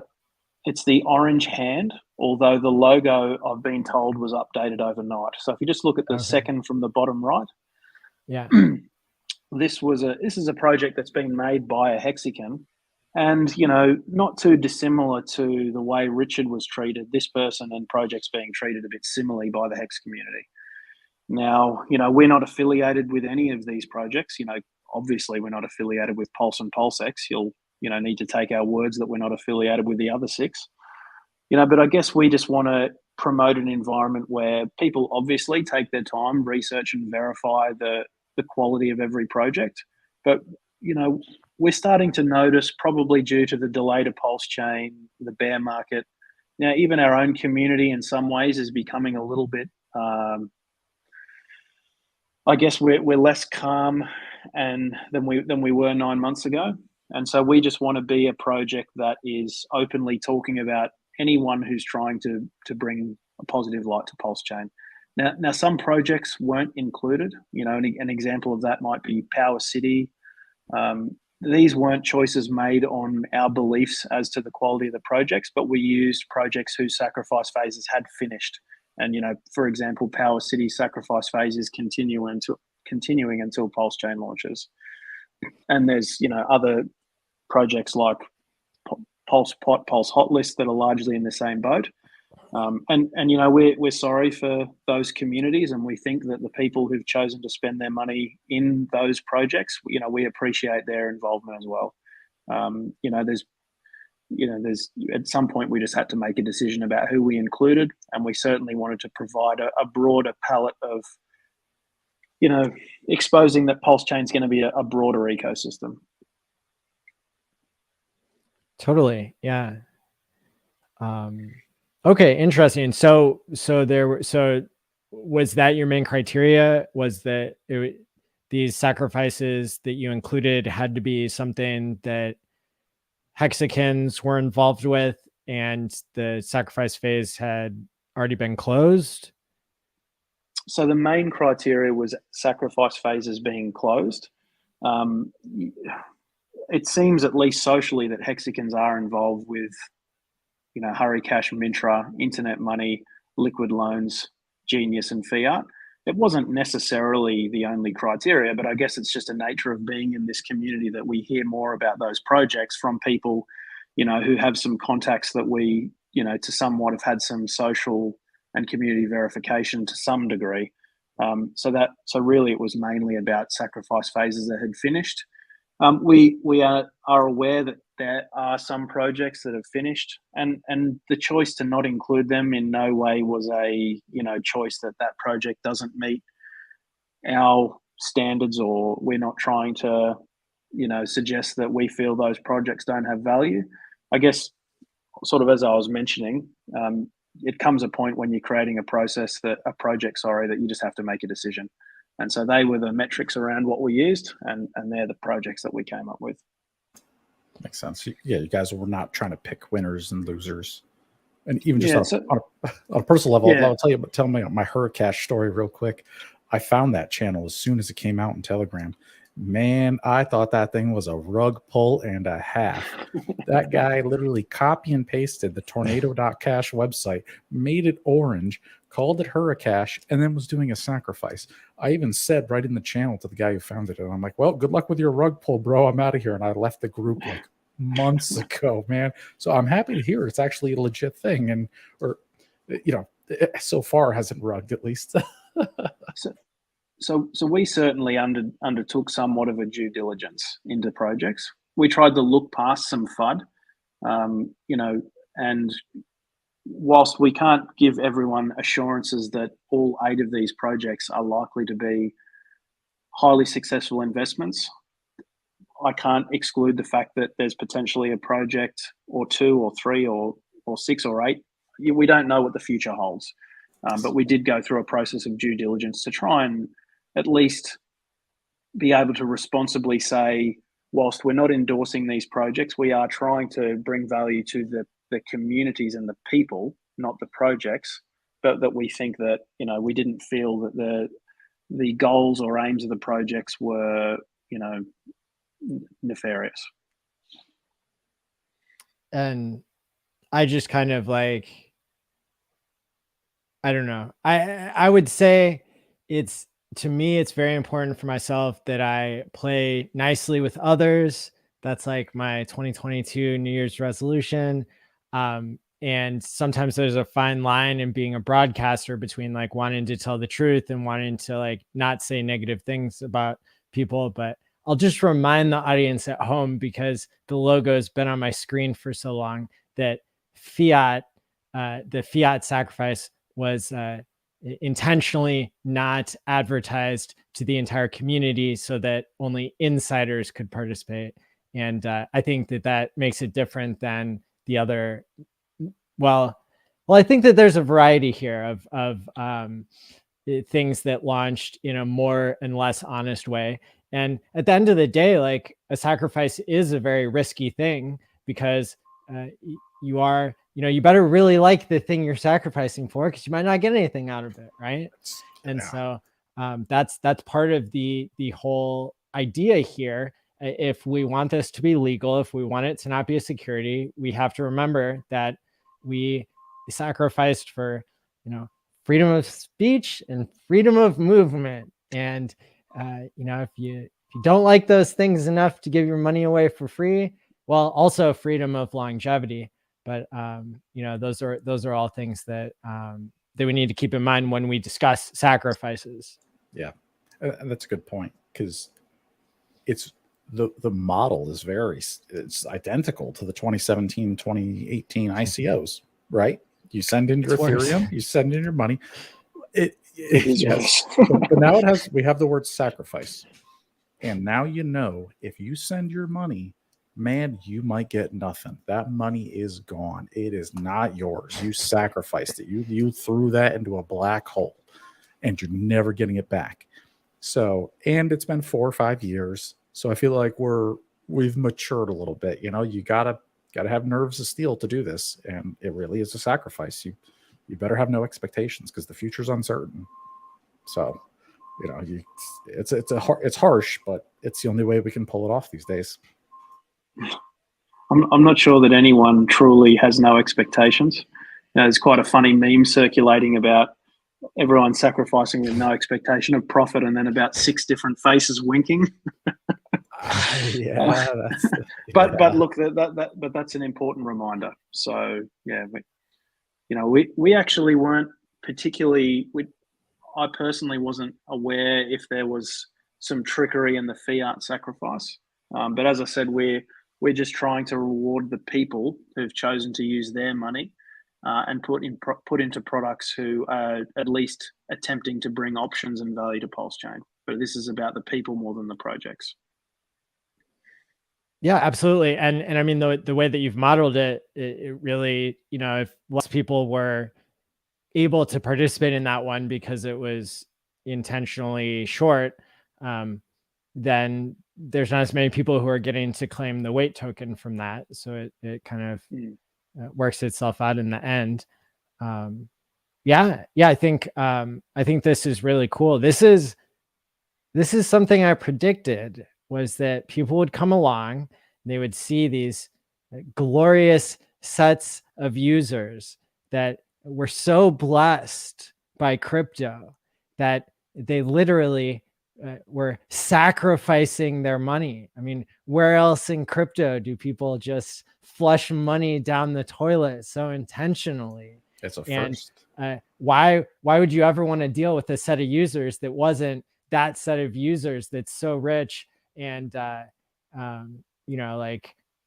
well taken care of, I guess you could say, in general, that $600 or $700 million was sacrificed for PulseChain, about $1 billion was sacrificed for PulseX. These are historic things in the history of crypto and finance and economics and behavioral economics and everything. And so it's I think truly historic that your team is the first to do this to do an airdrop to this set of users, because I think that many will follow in your footsteps. Yeah, thanks, Matty. We think so. And again, it's how we, it's a lot of responsibility in that position, and hopefully we can do it responsibly so that everyone's a bit more aware of, how to interact, or how to interrogate and try to verify the appropriateness of interacting with these kind of projects. Because, we've all made, whilst we've, sacrificed with no expectation, we all do have expectations, at least in our own mind. And, there's likely to be a lot of value in this community that have sacrificed, as you've said. So we want everyone to be cautious. We're going to reward you to be cautious. And hopefully that if there's, little fringe areas that each we can individually learn a bit more, then that will be value that we've brought outside of the actual ticker symbol and market value of the token. Quick piece of trivia. I literally saw this last night. If you go to Etherscan and you look at the PulseX sacrifice wallet, it's the number 4 holder of DAI, the stablecoin. Number 4 of all the addresses in all Ethereum. That's how much was sacrificed. That's just part of what was sacrificed. Yeah. Yeah. Wow. Now, are you able to comment as to whether you would categorize Wait token as a meme token or not a meme token, or you're waiting to see how people react to it? So there's no doubt waiting for PulseChain has become a meme of itself. Yeah. So there's no doubt that there's meme quality to this project. Okay. We think that, we've designed a token with, quite complicated game theory so that it's more than simply a logo and a ticker. And we are busy working on other things that, whilst there's a comment saying, will the name be changed? The name won't be changed. We do have plans and we do have a future mapped out, which will make it obvious to people that it probably isn't a meme coin. But we think that the meme is strong for when Pulse. We enjoy it, and there's no doubt that this project does have meme quality. You probably can't answer this, but do the other Coast products or projects that are in the works behind the scenes, could they maybe integrate with the Wait tokens somehow? Is there interoperability between some of the products that you guys are planning to release, even just vaguely? What I can probably say is that we appreciate that the community has been waiting for PulseChain. We're trying to create a subset of the community that are the holders of the Wait token. And it's potential that in the future that there might be an advantage to being in that subset of the community. I mean, the crypto community has many subsets. We've just talked about the advantage of being in a sacrifice set. So, less in terms of interoperability and more in terms of defining a community is where I would be thinking the answer to that question could be, David. Thank you for enough said. Thank you. Appreciate that. But yeah, so I mean, do either of you have any other questions or? So the midnight bonus, so that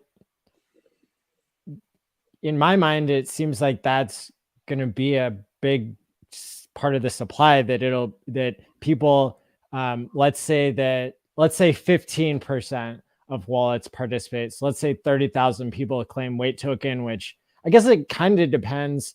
I would predict that the participation would follow the price to some extent. If the value of a Wait token is 1/10 of a penny, then it might be more expensive to pay the gas to get the token than it would be to just wait and see if the gas gets cheaper over time, or if Richard gives an indication, or if the price pumps. But let's say that it keeps going along as we've seen, and let's say more early adopters claim, and then then the community keeps getting more and more comfortable with the security of it all, and that sort of thing. Let's say that 15% of people claimed. What would so then it would be that people would be getting less from their claiming than they would when PulseChain actually launches, and you're getting, and the other 85% of eligible addresses, coins, are getting distributed to the people who did the claim on time. Is that correct? Yeah. So as you've sort of suggested, it all depends on participation. So we don't expect that 100% of the community will claim their Wait. We don't, I would be surprised if the majority of the community claimed their Wait. And obviously that's for us to find out as we go along.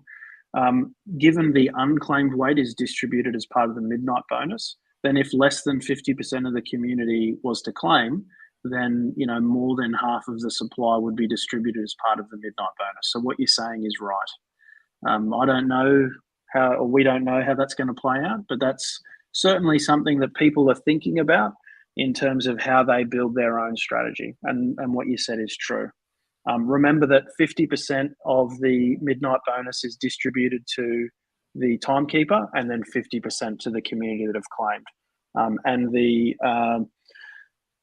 way in which it's distributed to the claimers, as we talk about in our white paper, essentially follows a bit of a share system. So if you've claimed more weight because you've waited longer, you'll have more shares in the distribution of the midnight bonus. So just another way of incentivizing delayed gratification. So that makes sense. Is it for every weight token I claim, let's just pretend I get like 1 T share of the midnight bonus at the end? That's exactly how it works. You get 1 share for 1 token. Oh, perfect. Easy. The midnight bonus, when we discuss it, we probably oversimplify it in that, in fact, each of the 8 projects will have their own midnight bonus that is distributed to its claimers. But, you can consider the whole thing very similar. And, the white paper does detail that. But that's, kind of the principle. That makes sense, because each sacrifice set has its own set of wallets. So that makes sense. Yeah, this is cool. And I like the game. I love the whole waiting game. I love the whole push it as far as you can until right before PulseChain comes out. And you want to click that button like the day before. I love it. See, what I think is tricky as well is that, it's very easy to adopt that strategy, and it may or may not be the best strategy too. Depends, I guess, what your goals are with the weight token. But I can also imagine that when PulseChain is getting close, I'm going to be thinking about my Pulse, my PulseX, my duplicate stakes. And, if I have a strategy that I want to do early in the PulseChain launch, and therefore people might not be thinking about weight. So, it clearly has a much smaller role in the ecosystem than the network itself, the premier store of value, and the decentralized exchange, as an example. So you could imagine that people waiting a long time might actually end up waiting too long. So, we'll see. That's for everyone to understand the rules and choose a way they want to play it. Now I thought of another thing that I absolutely have to ask you about. That has to do with these amazing leagues that you've created. Do you like them? Oh, yeah. And we need to read these out loud for the people at home.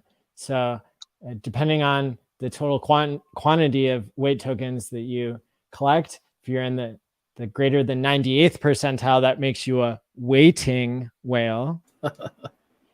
95th percentile and up is an enduring elephant.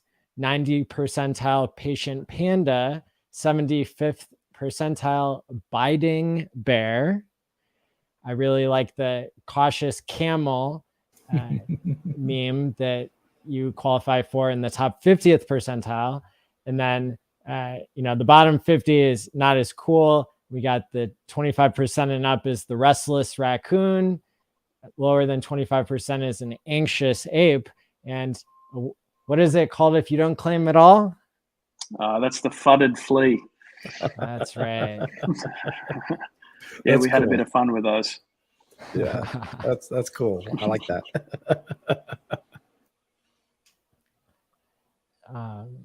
What made you choose those percentiles? Look, I guess we wanted to have a small number of the upper level leagues. And then we sort of in around the names, we wanted to have, I guess, a gradient whereby people went from completely fudded to completely engaged with the protocol. And then there was also some kind of increasing majesty of the animals, right? From a fudded flea up to a whale, which, in crypto, we're all pretty familiar with. But yeah, I guess we wanted a bit more granularity in the top levels of the leagues. And we're looking to bring in, your league into our, V2 front end when you can, use to see where you're sitting. And I guess it's just part of making the process more enjoyable. Are there future plans to integrate this into the interface just for fun? Yeah, we're looking into that. That's right. Oh, cool. That's cool. Nice. And the anxious apes, we all almost thought, there was some comments on Twitter that might have been a little bit derogatory. And I guess to come through the launch process with not too much stick is probably a green tick. But the whole idea of the anxious ape was to try and say the people who jump in and claim straight away because they're stressed and just want to ape in may end up, being lower down the list. So we've had a few anxious apes. We've had one or two people upset that the term anxious ape exists, and we apologize for that. But yeah, we're just trying to show people the longer they wait, the more they'll have, and that might land them further up the leagues. And the smallest pulse chain sacrificer could be the biggest whale in weight, and we think that's kind of cool as well, because it's very hard for the person with the most economic energy to not become a whale in every single project, and it's very rare that the little guy gets to stand at the top of the hill. So we'll see how it plays out. That's awesome. I like that. Yeah. Very cool. Do we have any other questions for our guests? Looking good on my end. We've answered all of my technical questions that I had. Yeah, we're looking good. So this is fun. It's a fun game to play while we wait. But yeah. So what's the number of tokens? Is it like 3,500 for Pulse or for Pulse X? One of the two. I think it's. When you say that, what do you mean? Sorry, Matty. So for each person if let's say somebody out there did a sacrifice for Pulse Chain and Pulse X are probably the two with the highest participation. For sure. I'm just trying to remember. I think is it about 3,500 weight tokens for Pulse X? So I guess Pulse Chain sacrifices, that ended, about 340 or nearly 350 days ago. So the number of tokens that you would have now would be, 350 times 24, which would be somewhere around 8,500. Yeah, that's right. And therefore, the less time you've been waiting, the less coins you would have accumulated on your address for those projects. But Pulse Chain is probably the example where the number's the highest. Pulse X is only a month out from sort of liquid loans and Mintra, and very similar to Hurry Cash. So those people will have accumulated a similar number of tokens. We do have some tabulated information in our white paper on that, but that would be the trend, so to speak, as we sort of talk over the stream. So at half a penny for the Pulse Chain sacrifice wallets, you're looking at about $45 worth of weight tokens. At times in the past few days, it's traded at a penny, and that was when a Pulse Chain sacrifice would have gotten you about $90 worth of the token. And then from what I could tell, it was about half the number of tokens for a Pulse X, just really roughly speaking. And so that's about right.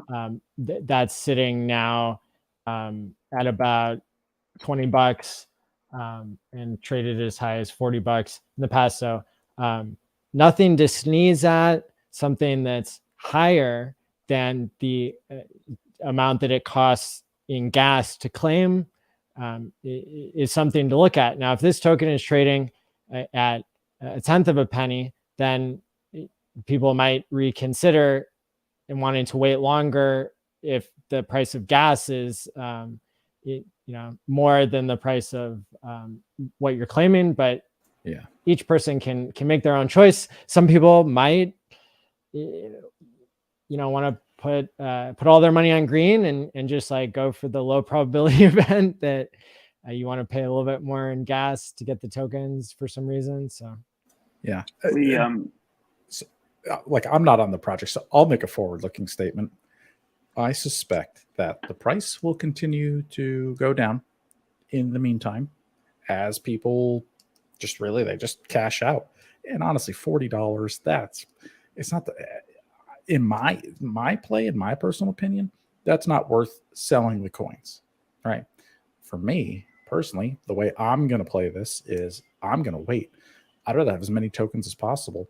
I don't even care if the price goes down real low or even a fraction of a penny, 100th of a penny, but if you wait and then you get your double on the Pulse Chain, I would recommend keeping them because every ERC20 you get your free copy. So anybody who's selling an ERC20 today, that's really short-sighted in my opinion.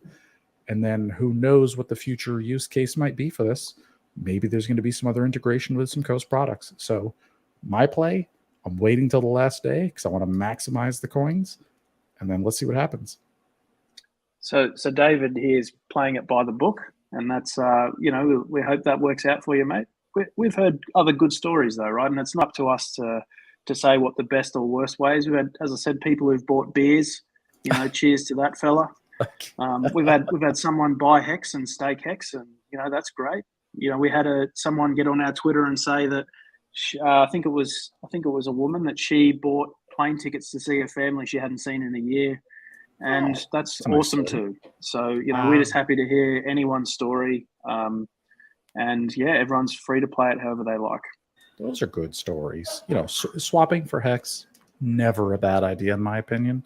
Like Uniswap and all the other airdrops we had, like, last year and the year before, that was the ultimate move. Yeah, absolutely. And somebody buying plane tickets to see their family, that's fantastic. See that? Where else in the world are you going to get free money like crypto, where all of a sudden you may get a couple $100 you didn't expect, and then you can go on a nice trip, see somebody. That's cool. I like that. I want to address one question in the chat, and then I'm probably getting to the point where I might need to leave you guys be, Matty and David. It says when staker app Gnosis claims. So our next front end update is aiming to include Gnosis via Wallet Connect. And we're going to there'll be some more information around that, but we're hoping within around a week that will be, clearly a lot of the community utilizes Staker app. It's been a great adjunct to the HEX community. Yes. And we'll be looking to support them soon.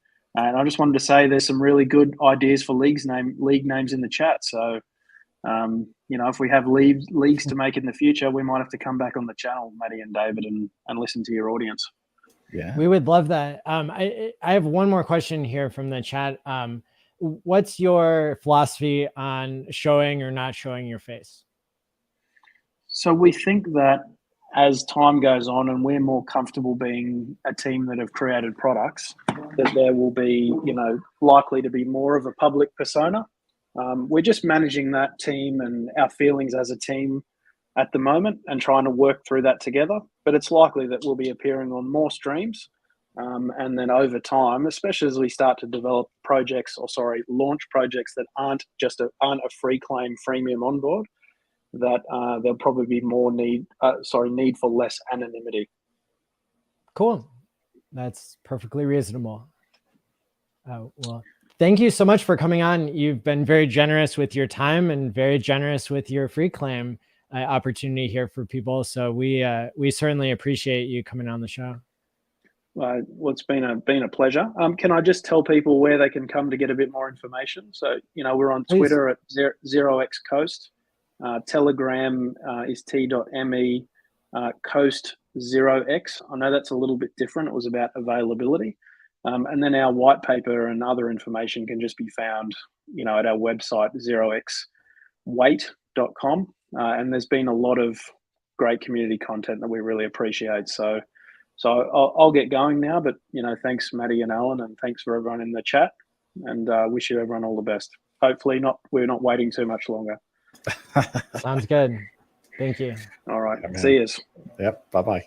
And, now David and I, we're going to stick around and continue to drop more alpha here. I've got a announcement of my own. I'm going to be the second person or team to be giving away something for free to people who did a sacrifice to one of the RH projects, right? And so let me see if I can cue my screen up here and let people know what we're talking about here. Let me see. Oh, there it is. Wow.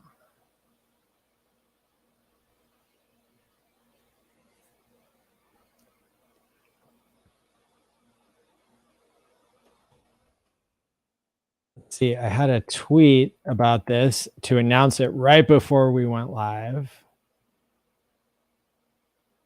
here we go.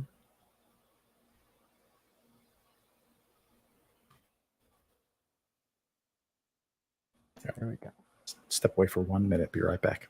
Sure.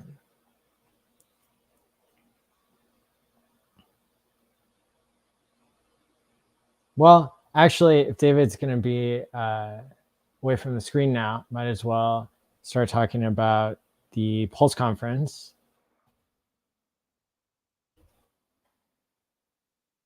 So here we have an amazing new graphic. They took tons of time for me to make, but I'm really proud of it. And I think it will serve us well as the ultimate record of who is speaking at the Pulse conference and what we've got to look forward to. Of course, you'll find the HEX conference here on this channel later this week, starting on Thursday night. And the start time is half an hour before this show normally starts. This show starts at 7:30 p.m. Central Time, 8:30 Eastern, and 5:30 Pacific. The Pulse conference will be starting at 5 p.m. Pacific, 7 Central, 8 Eastern, and the next day, 1 a.m. UTC for all of you there in Europe. And it's an amazing lineup. I want to thank David for telling people about the conference and shouting it out on the different streams I've seen him on in the past week. And I agree that I'm super excited about the lineup here. There have been some additions in the past 48 hours that I want to draw people's attention to, right? The reason you stuck around to the end of this stream is because you want to hear all the goodies that we have to announce at the end. So I can confirm that we've added Bobby H, who does this news segment that I really love. Bobby H will be doing a news segment for the Pulse conference. Nice. And then we will also have a segment, I believe on the second day, it's not even on here yet, from Pulse Gains. So Pulse Gains, Taylor is one of the most popular Pulse YouTubers. I think she's got 10 or 15,000 subscribers, overnight, and does these incredible chain analysis videos of the sacrifice set, and of course speaks in general to the RH crypto space. But so that's another thing that we'll have to look forward to here in the first hour of the second day. And then David's going to get really excited about this, because not only do we have Mr. Jack Levin, who is going to be on the Pulse conference, who he's the 21st employee of all time at Google, and bought Bitcoin at $1. Now he's really into HEX. He's been showing up in different, showed up on Crypto Coffee's channel. He's going to do a stream with Hexologists, I think, next week. And so he'll be on the Pulse conference on the same day as Richard will be on day 3, which is Saturday night. I got a chance to talk in a Twitter Spaces for like an hour and a half with the guy, and I just like dumped all of my alpha on why I think HEX is, it's better for people's mental health. It's better for delaying gratification. It's got all these attributes that I don't see in any other coin. And so I guess he was impressed by, by all of the parts of HEX that I was showcasing and being able to represent. So, but he's a guest with us next week, right? Yeah, I was hoping to surprise you live on sorry. stream, but David's so well informed that he already checked the YouTube page or something. I saw the thumbnail today, yeah, and I was like, "Ooh, that'll be nice next week. That'll be fun." And and for me personally, like if you look behind me at the racks here, he built the first rack at Google, server rack with the wires and all that. Like behind me, it's in a freaking museum. Right? Like that is epic, Is it? man. I got mad props for that guy, dude. Yeah, his first Wow. server rack is in a museum for Google. Wow, I cool. didn't know that. Yeah. That's cool. Hardcore. Yeah, I like it. Yeah, so there's going to be some good stuff there. Of course, I mean, if you just look across the lineup, so I, I wanted to include as many people as possible. I included projects that I love and projects that I am unsure of even, but I really wanted, and I regret that I wasn't able to include as many people as we did for the online HEX conference. Look, the online HEX conference had some, I mean, it's still mind-boggling how many people we got on there. I think it's like over 100 streamers, all packed into 4 days, and I still don't understand how I did it. This is going to be more focused. It's going to have like between 33 and like 40 speakers is what I was aiming for, and the reason for that is just to to try to make it more feasible for myself. I think that at the hexpo.vegas, there was a little bit lower participation rate just because there were too many moving pieces. So I wanted to scale it back to make sure I could still have it at the highest quality, that people have gotten used to, especially for my online events. You go back and you look at the HEX conference, the first one from January 2021, the second one from January 2022, and there's no examples of, I wasn't ready, or somebody not looking at the screen, or it's as smooth as can be. And so I'm really proud that we got all these people, all these different speakers together, and I wish we could have had more, but as you can see here, I already went over the schedule, but we've added to it. We got Jake Sharp on there, cryptographics, RH Max. That'll be a really interesting panel. I've added to the longevity hour in some ways that'll be kind of interesting. Just running through here, we got John Wick and Crypto Stylist, who are going to start off the talks because they do such a good job together.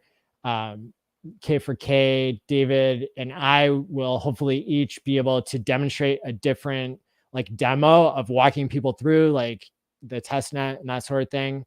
I'm not sure if we'll all be on the screen at the same time or at separate times, but then there's in hour 3 here, freepulse.io, Pulse Dogecoin, and StakerApp all have this onboarding ethos, and they all want to onboard hundreds of thousands or millions of users. And so I think that's a pretty interesting angle, although I expect those talks will be separate 20-minute segments. It's still going to be amazing content. And I know that Firebun will be the one to present for StakerApp, which will be a treat, of course. Always a treat. We were very spoiled to have Steph at the last HEX conference, and he gave an outstanding talk about the HEX DAO as just kind of a not something that's so tangible, but it's something that it's an emergent property of the community, which I think was just so insightful. And then back by popular demand, we're going to have David Feeder, myself, and Wendy's Pretendies all get together and, chew on some game theory there. Oh, yeah. That'll be fun. Absolutely. And then an OG panel with Funding Jim, Dollar Cost Crypto, Big Kurkowski, and Motley the Investor, all major figures in the space. Day 2, Pulse Hot List, and Fashion Coder FC and Free Pulse, How to Pulse are all channels that review different projects and can give us a breakdown of what's all going on in the space, even if not every project has been able to get a speaking spot. They'll be able to give us an overview of what they've been reviewing on their channels. Liquid Loans, Hedron, and Maximus, I think all have something new going on, or at least Liquid Loans, I think, can give us an update and tell us what's going on. I hope that the Maximus group tells us more about team and base tokens that they're coming out with shortly. And then Hedron announced that they were going to try to launch ICOSA like right around the time of this Pulse conference. Yep. And just to add to Maxi real quick, I don't know if you heard it. It was announced last night. There's going to be 3 more coins on top of this. So they're going to have base, which is the 1-year rolling stake. They're going to have a coin called Trio, where it'll be a 3-year rolling stake. They're going to have a coin called Lucky, which is a 7-year rolling stake, and a coin called Desi, which is a 10-year rolling stake. So Wow. they've added like 4 coins and team. So super, super excited. Yeah, I can't wait to get more details on that and break it down for people. I already mentioned the stream about the devs, kind of Gerardo is like a founder but works closely with devs. I think the other 3 have a background in being devs. I know RH Max and Jake Sharp do. Cryptographics, I can't remember, but those are all big brain people who are going to do a great job together. I think it'll be an interesting panel.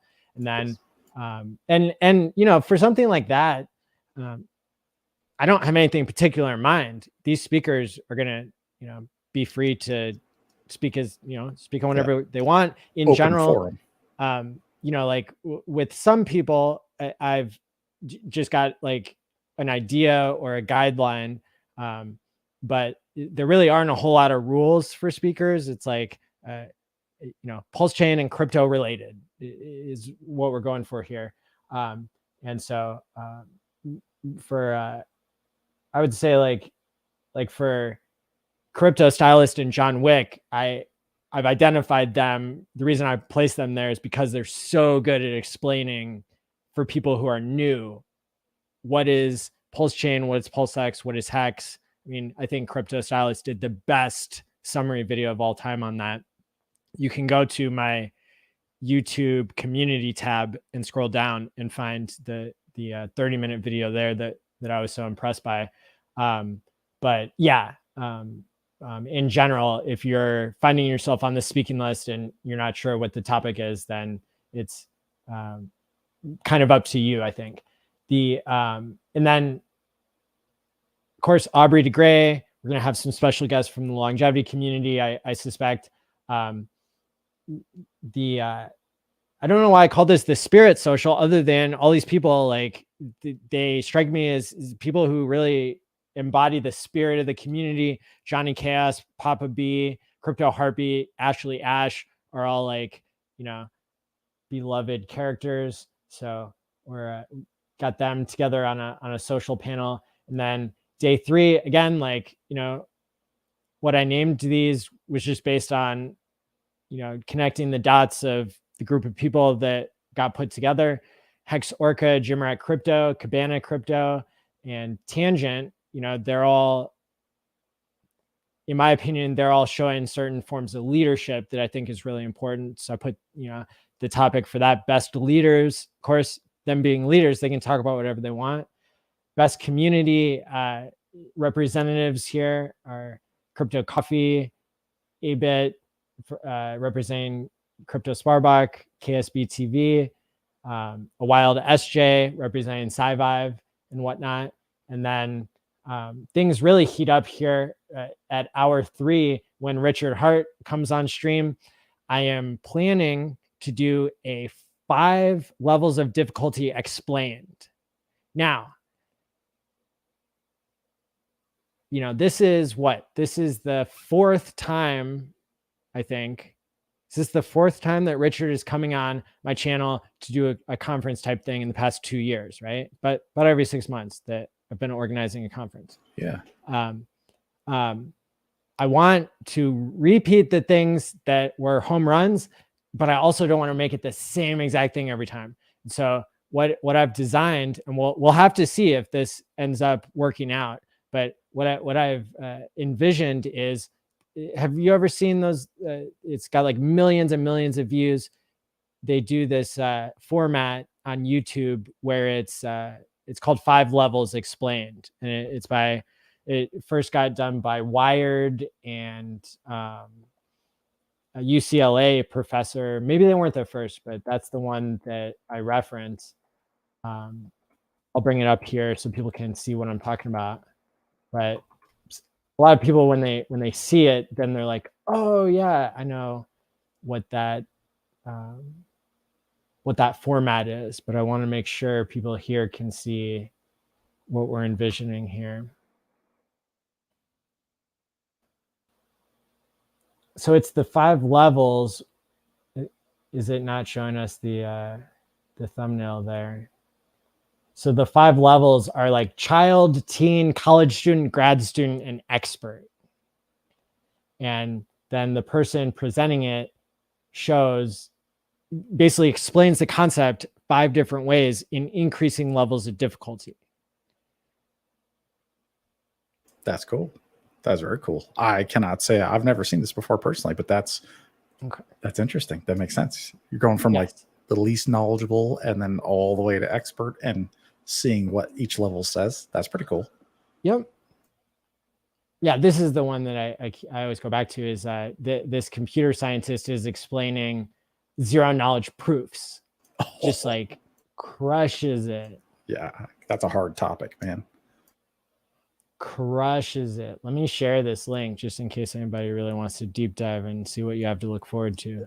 Zero knowledge proofs are actually really cool. So yeah, that's probably a good watch. That's awesome.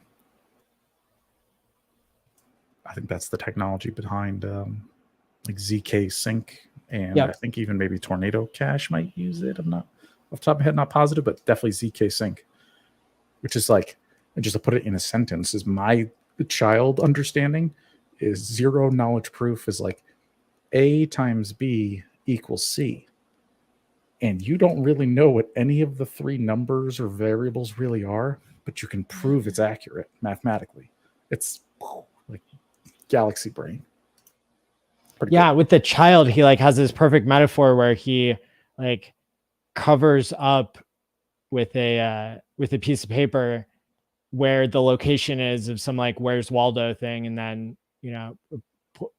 like creates a hole in the paper and says like, well, if you could see it there, then you would know, and makes a metaphor for that. So anyway, we are going to see how Richard can do with this, and it's all going to be live. So it's it's definitely going to be hit or miss, but I'm really excited for it because I think it hasn't been done, and I think it has the ability to really bring people in, because we all learn about things starting from the first level of difficulty and then advancing.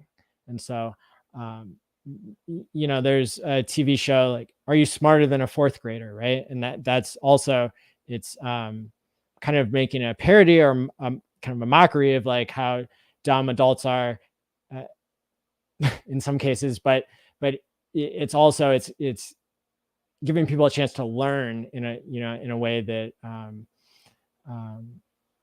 is maybe a little bit condescending, but at the same time, some people would approach it and say, I am starting. I do want to know the simple version first. And so I'm hoping that we can do this segment, basically about a half an hour segment, where Richard is explaining PulseChain to each of the 5 different levels, and then to go back and do HEX at each of the 5 different levels.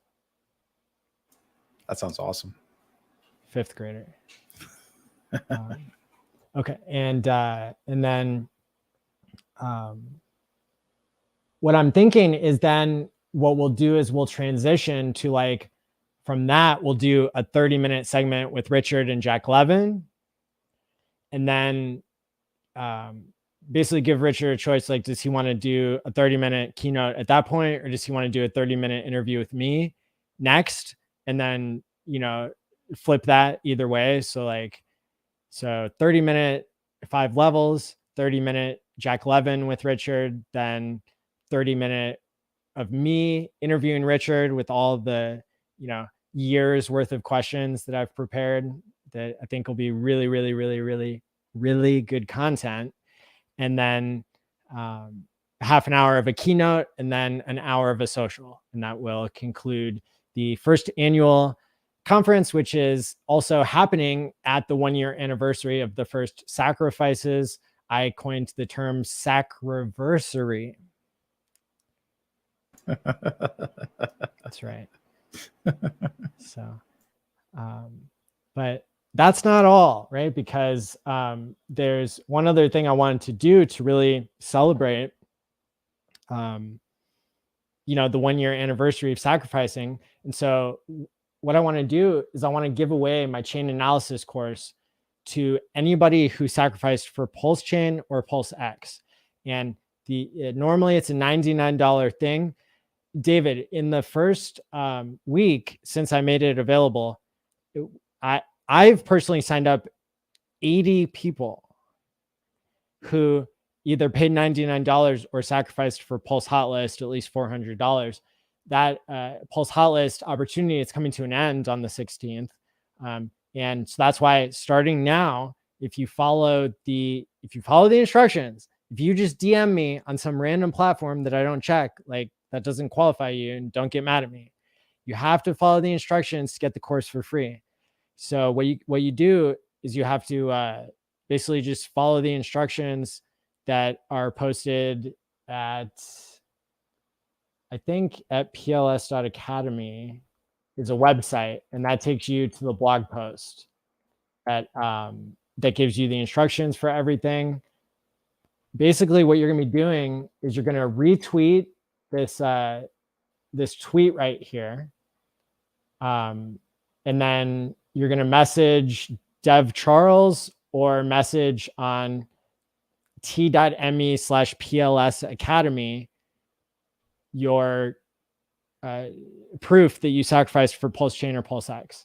So the Etherscan link or BSC scan or whatever it is. So don't message me. I will not, I'll just not check it or refer you to Dev Charles, because I think what's going to happen is, tons of people are going to sign up for this because it's already been an amazing experience. Like, I gave this simple homework assignment. Some people went out there and did like some really, really, really good, cool work. We've been discovering really interesting things by me teaching this course. And instead of just making it all about profiting, I want to make this free for everybody, but you are going to have to do a little bit of work to get into it. So you can pay for it at chainanalysis.eventbrite.com, or you can get it for free if you follow the instructions in this tweet. I will drop the tweet here in the live stream, and that's what you can do to sign up. You have to retweet this, and you have to post in t.me/PLS Academy your transaction record, or if you want to be more private about it, you can DM Dev Charles Win on Twitter or Telegram, and then we will send you a link that allows only one person to enter the private Telegram. That's where we've got the first class YouTube recording posted. I've got like 6 pages of notes from the first class, single spaced. I've got a 3-page syllabus that is available here on Medium at pls.academy, just https://pls.academy. Academy.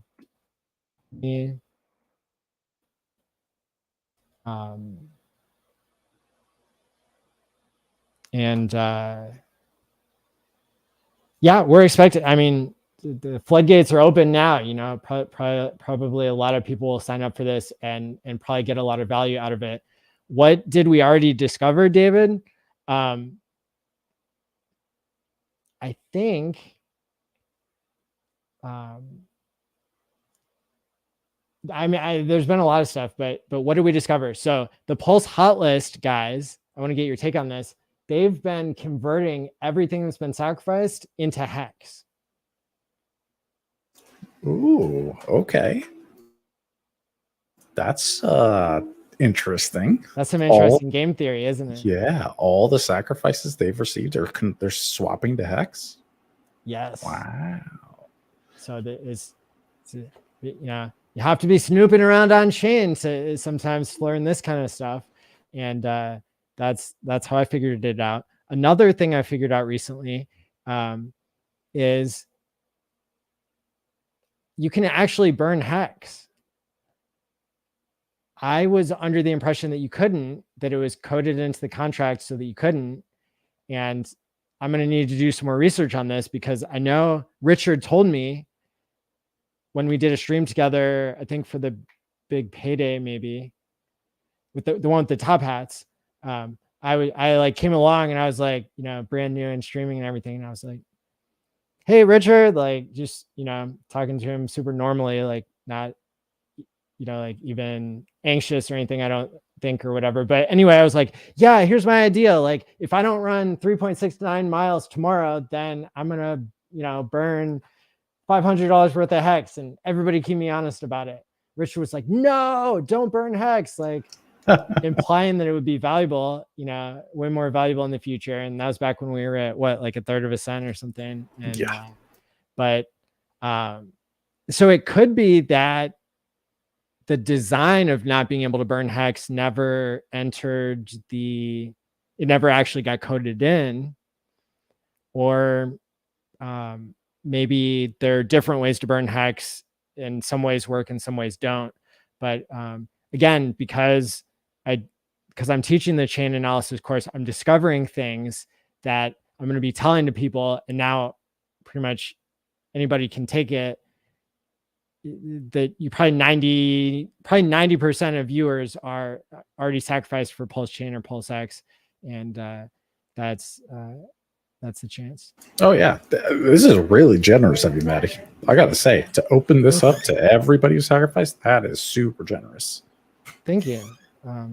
It's really exciting to me to be able to teach chain analysis, because I think it really strengthens our community and like gives people something that they're missing.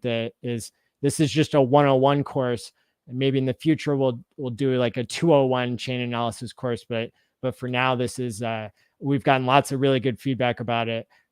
People are really enjoying the course. The first one was supposed to be 2 hours, ended up running a little bit over 2.5 hours because there was so much good material to cover. And remember, I'm going to be choosing different topics each week. There's going to be 4 courses in total on Wednesdays in July. And if you sign up for the course, whether you pay or free claim, you can ask questions only until the end of July. And I think the topic I'm going to cover for tomorrow is going to have to do with like learning, not doing a full audit, but being able to audit the OA, and you know, maybe even audit the Elon Dogecoin that the Methuselah people are into, because I want to attract 100,000 users from there. How to audit like Pulse Dogecoin is definitely going to be covered tomorrow.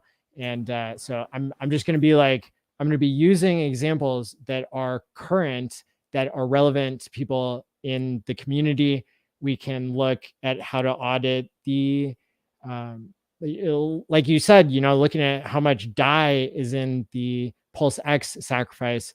I was looking at that the other day as well. So yeah. I'm so glad you brought up the Methuselah, because I know we were, you know, me and you were working kind of behind the scenes to help them out in preparing for PulseChain.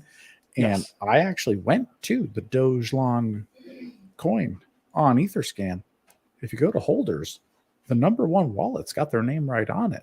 I think they're ready for PulseChain. I think that they are in their own. You think they moved it around? Well, I think that they're off exchange. I think that they have it in their own wallet and they're already ready to go, based on what I've seen on Etherscan, which is great news. Wow. So we don't have to fiddle with exchanges or trusts and custody. I think we're in good shape. If Coinbase custody moved it so they could claim it, or if they moved it into custody, or what. We'll have to find out. Because even the guys at Etherscan, it actually says Methuselah Foundation, right? Kind of like how the PulseX wallet says. That was on there already, though. Yeah. So it's, you know, we'll have to do some fact checking on that, but it is labeled with their name right on it, #1 holder. So that's awesome. Yep. That's the the ultimate plot twist is when Vitalik donates $200 million worth of dog coins to the Methuselah Foundation, and then the Hexicans and Richard Hart come along and fork Ethereum, teaching the Methuselah Foundation how to get their free copy there is pretty incredible. Thanks, pretty incredible. Vitalik. Yeah, we're all on the same team of let's improve medical research. Let's improve our health spans. That's another thing that Jack Levin is super interested in. He's like doing his own longevity regimen with only eating once a day, taking certain vitamins, nothing exotic. But even when you listen to his rationale, and I'm sure we'll get into it, this is going to be next week on the show when we'll have the, I should probably check with him to find out what his preferences are. But look, this guy's got to be a Bitcoin billionaire. He was buying Bitcoin at $1. He was mining it. He had data centers mining it. But did he really hold, though? Did he really? We'll ask him in the green room, I guess. We'll ask him. Well, no. We'll see. Yeah, we will respect his preferences, but I always love the opportunity to call out a Bitcoin billionaire when I see him, because I think they are very rare and impressive in terms of delaying gratification. And look, if he didn't hold on to his hundreds of thousands of Bitcoin that he probably had, that's an interesting story too.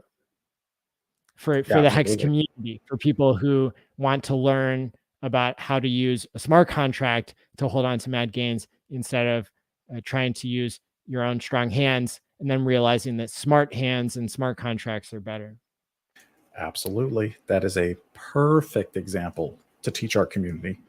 Because you got to remember, how old is HEX? We're not even at 3 years yet. This December will be 3 years old for HEX.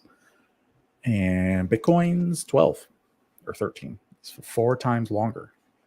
So if, all the people who think that they're late to HEX and, I missed the 50-cent top, I should have sold. We're not even in year 3. This is year 2.5, right? Like, we've got a long way to go. Talk to me in 7 years and then tell me if you're upset with the choice you made. Yes. So I still need to update on my Medium, this cool new sticker that goes on the Chain 101 course that says, now with free claim for RH SAC. That's beautiful. And then, I released a tweet today as well that is pretty epic. And I guess it's covering us up right now. We can, people can go ahead and take their screenshot now while that's the only thing on screen. And then I'll bring up a version of it that we can coexist more peacefully with here. Give me just a second. This is, I guess I could have fact checked this a little bit more, but I aggregated data from Hex McKenzie and Funding Gym, which is why I tagged them in the tweet. But let me share my screen here for this.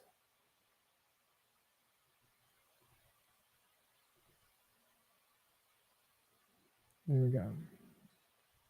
So this is a graphic I made quite a while back, and I was like saving it for when PulseChain was going to launch, right? To like ride the wave of virality there. But turns out that we're going to be waiting longer than anticipated. So there was already a version of this, but it included, I think, Luna for the PulseChain side of things. And I thought that, because Luna was one of the ones that went to zero, right? Effectively. Yeah. So pretty much. I thought that was kind of, it's bad advertising. Beautiful graphic by Hex McKenzie. I can't compete with that, but I did a different version while I was removing the data for whatever I just said. I mean, Luna, you pulled Luna out for Luna. Yeah. Removing for Luna. I went ahead and added Ethereum and Bitcoin on there to show, and I fact checked those myself, to really show you what the those are the ones we're competing with. Yeah. Look at those X's. Look at that right hand column. Ethereum, 32,607 X. Yes. Bitcoin, 6.8 million X. Yes. For every dollar you put in a Bitcoin in the beginning, you get $6.8 million later. Whoa. At the 69K top, yes. Yeah, if you bought it a penny, right? From a penny to 69K, yeah. And I personally calculated those durations as well. For Bitcoin to go from a penny to $69,000 took 4,180 days. So you can see for those last two on there, the ones that did way more than everything else, which we don't know if PulseChain can go this high. We don't know how it's going to do. But we at least want to look, what's the best case scenario and what have other things done? Truly, this isn't even the best case. The best case would be to break all the previous records in history. But what do you see there?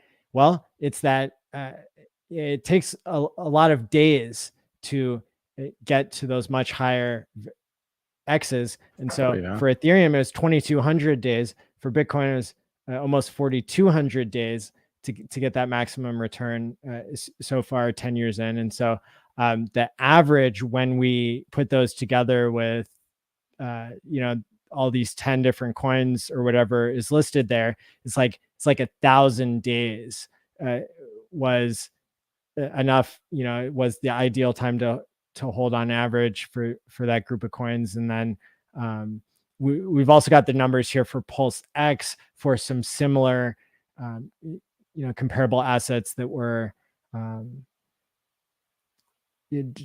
would you call those, like DEX tokens or whatever? Yeah, pretty much. Yeah, those are DEX tokens. Yeah. And the point I just want to point out here, if you compare HEX to Bitcoin, look at that Bitcoin timeline, 4,180 days.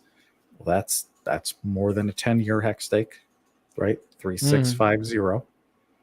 And it's, what is that? That's like 11 and change roughly. So basically any HEX stake that's, in that 10 plus range, we're trying to beat that, right? HEX's goal is to be the most appreciating asset of all time. Plus you're gaining inflation while you're staked, while you wait for those 10 years. Whereas in Bitcoin, even waiting that 10 years, there was no additional yield. So from a HEX perspective, if that was HEX and you wait 11 years, that's like another double on top, right? That they didn't get, that maybe we'll get that someday. Wait and find out. Yeah. Delay gratification and no financial advice. We can't predict the future, but we can stake it. That's for sure. That's right. We could try. And, to summarize for people just listening on audio only, you're the real MVPs. And, we got on the Pulse X side of things, Uni, 1 inch, Sushi, INJ, Cake, SNX, LRC, and Run E or Rune, I guess is how it's pronounced. Yeah, and on average there, which the average is just kind of telling you what we took. It's not. But it's a year, right? The DEX coins, about a year. Yeah, about a year. Average. And about 518x. For those handpicked ones that were outliers to the upside. So. Yeah. And even I think the Uniswap is a little deceptive in my opinion, because sure, you could have held the Uni when you got it, just like all the Hexagons did, because Richard Hart made Uniswap famous. So we were using Uniswap. We were the majority of the liquidity in trading. you got 107x. I think if you put that money into HEX like I did, I sold my uni immediately for HEX. HEX did better than that after the fact. So it's like, it's like, sure, 107x is great, but I think HEX beat that after the fact. Yeah, and the other thing I'm noticing here on this list is, the ones that had the highest returns on the DEX side of things that are comparable to PulseX are the ones that probably existed the longest or were being held the longest. 1inch peaked 10 days in, Uniswap 107 days, or sorry, I'm looking at the X's. 1inch peaked 131 days in, Sushi 130 days in. 4 months. Yeah, that's not much. But if you look at the ones that were held for over a year, over the average, right? The average is about a year, 364 days. You get, and then you don't have the negative externality of short-term capital gains. And the ones that were held for 600 or 700 days, were 193x, 883x, 2600x. So there's kind of a different distribution based on even within that list of top performers. The ones that I guess existed longer and were held longer went up more. I'll be right, sorry, 1 sec. Be right back. Sure. Are there any questions here? Go ahead and hit the like and subscribe button now. We got 160 people watching live. Been having multiple thousands of people watch on the replay. Appreciate you. Somebody Tea Time said that you'd rather pay $99 than to expose one of your wallets. That is totally understandable, and we the people who pay for the course are helping to support really the person that I've got helping me with it, who needs to be paid a small amount to make it worth their time, and really just helps to motivate us to make the material even better.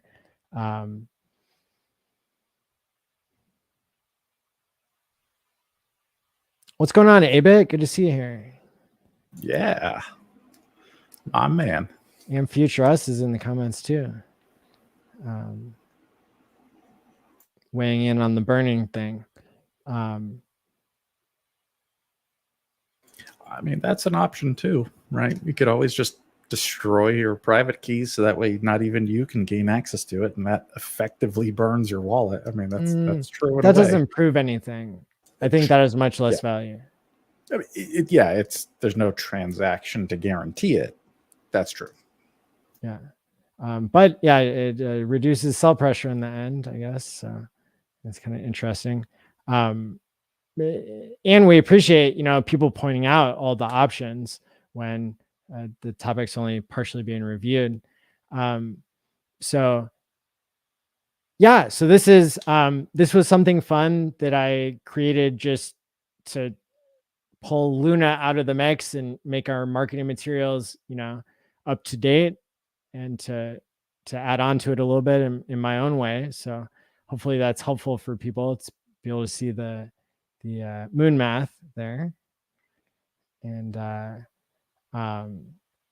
now, David, I think the last topic that I want to cover, because of what we've already started talking about here on the stream, I want to talk about this whole free claim airdrop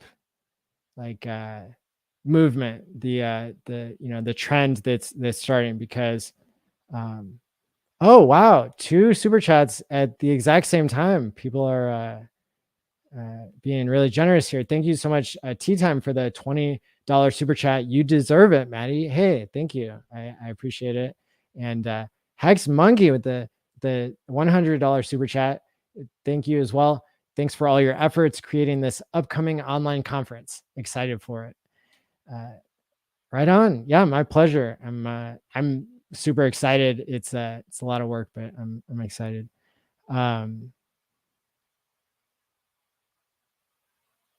So Yeah, the point that I wanted to make is that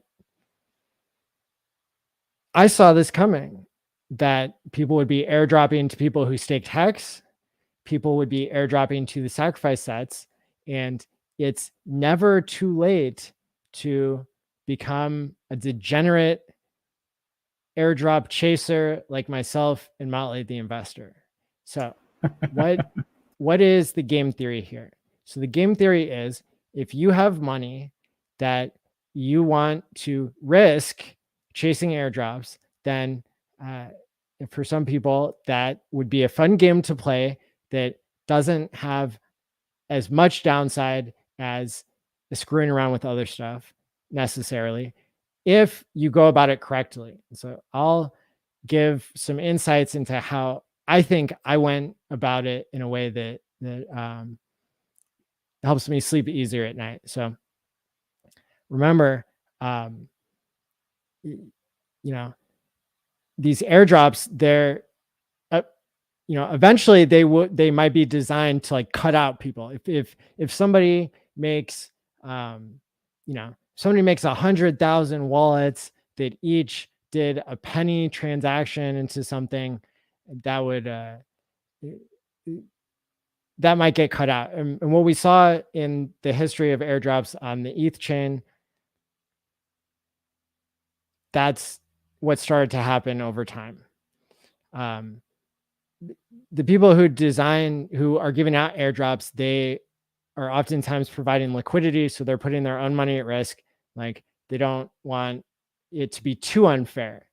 But in my opinion, if you're risking and putting in all the work to create separate wallets, separate seed phrases, if you're out there spending gas in order to set up all these extra wallets, as long as you're not making 100,000, you might end up, still qualifying and everything. That's the big risk. There was an article that came out about somebody who, I guess, predicted, what was it? It's been so long. I think they tried to predict the Uniswap airdrop, and they did, or maybe it was the 1 inch after that. They did something like 500 wallets.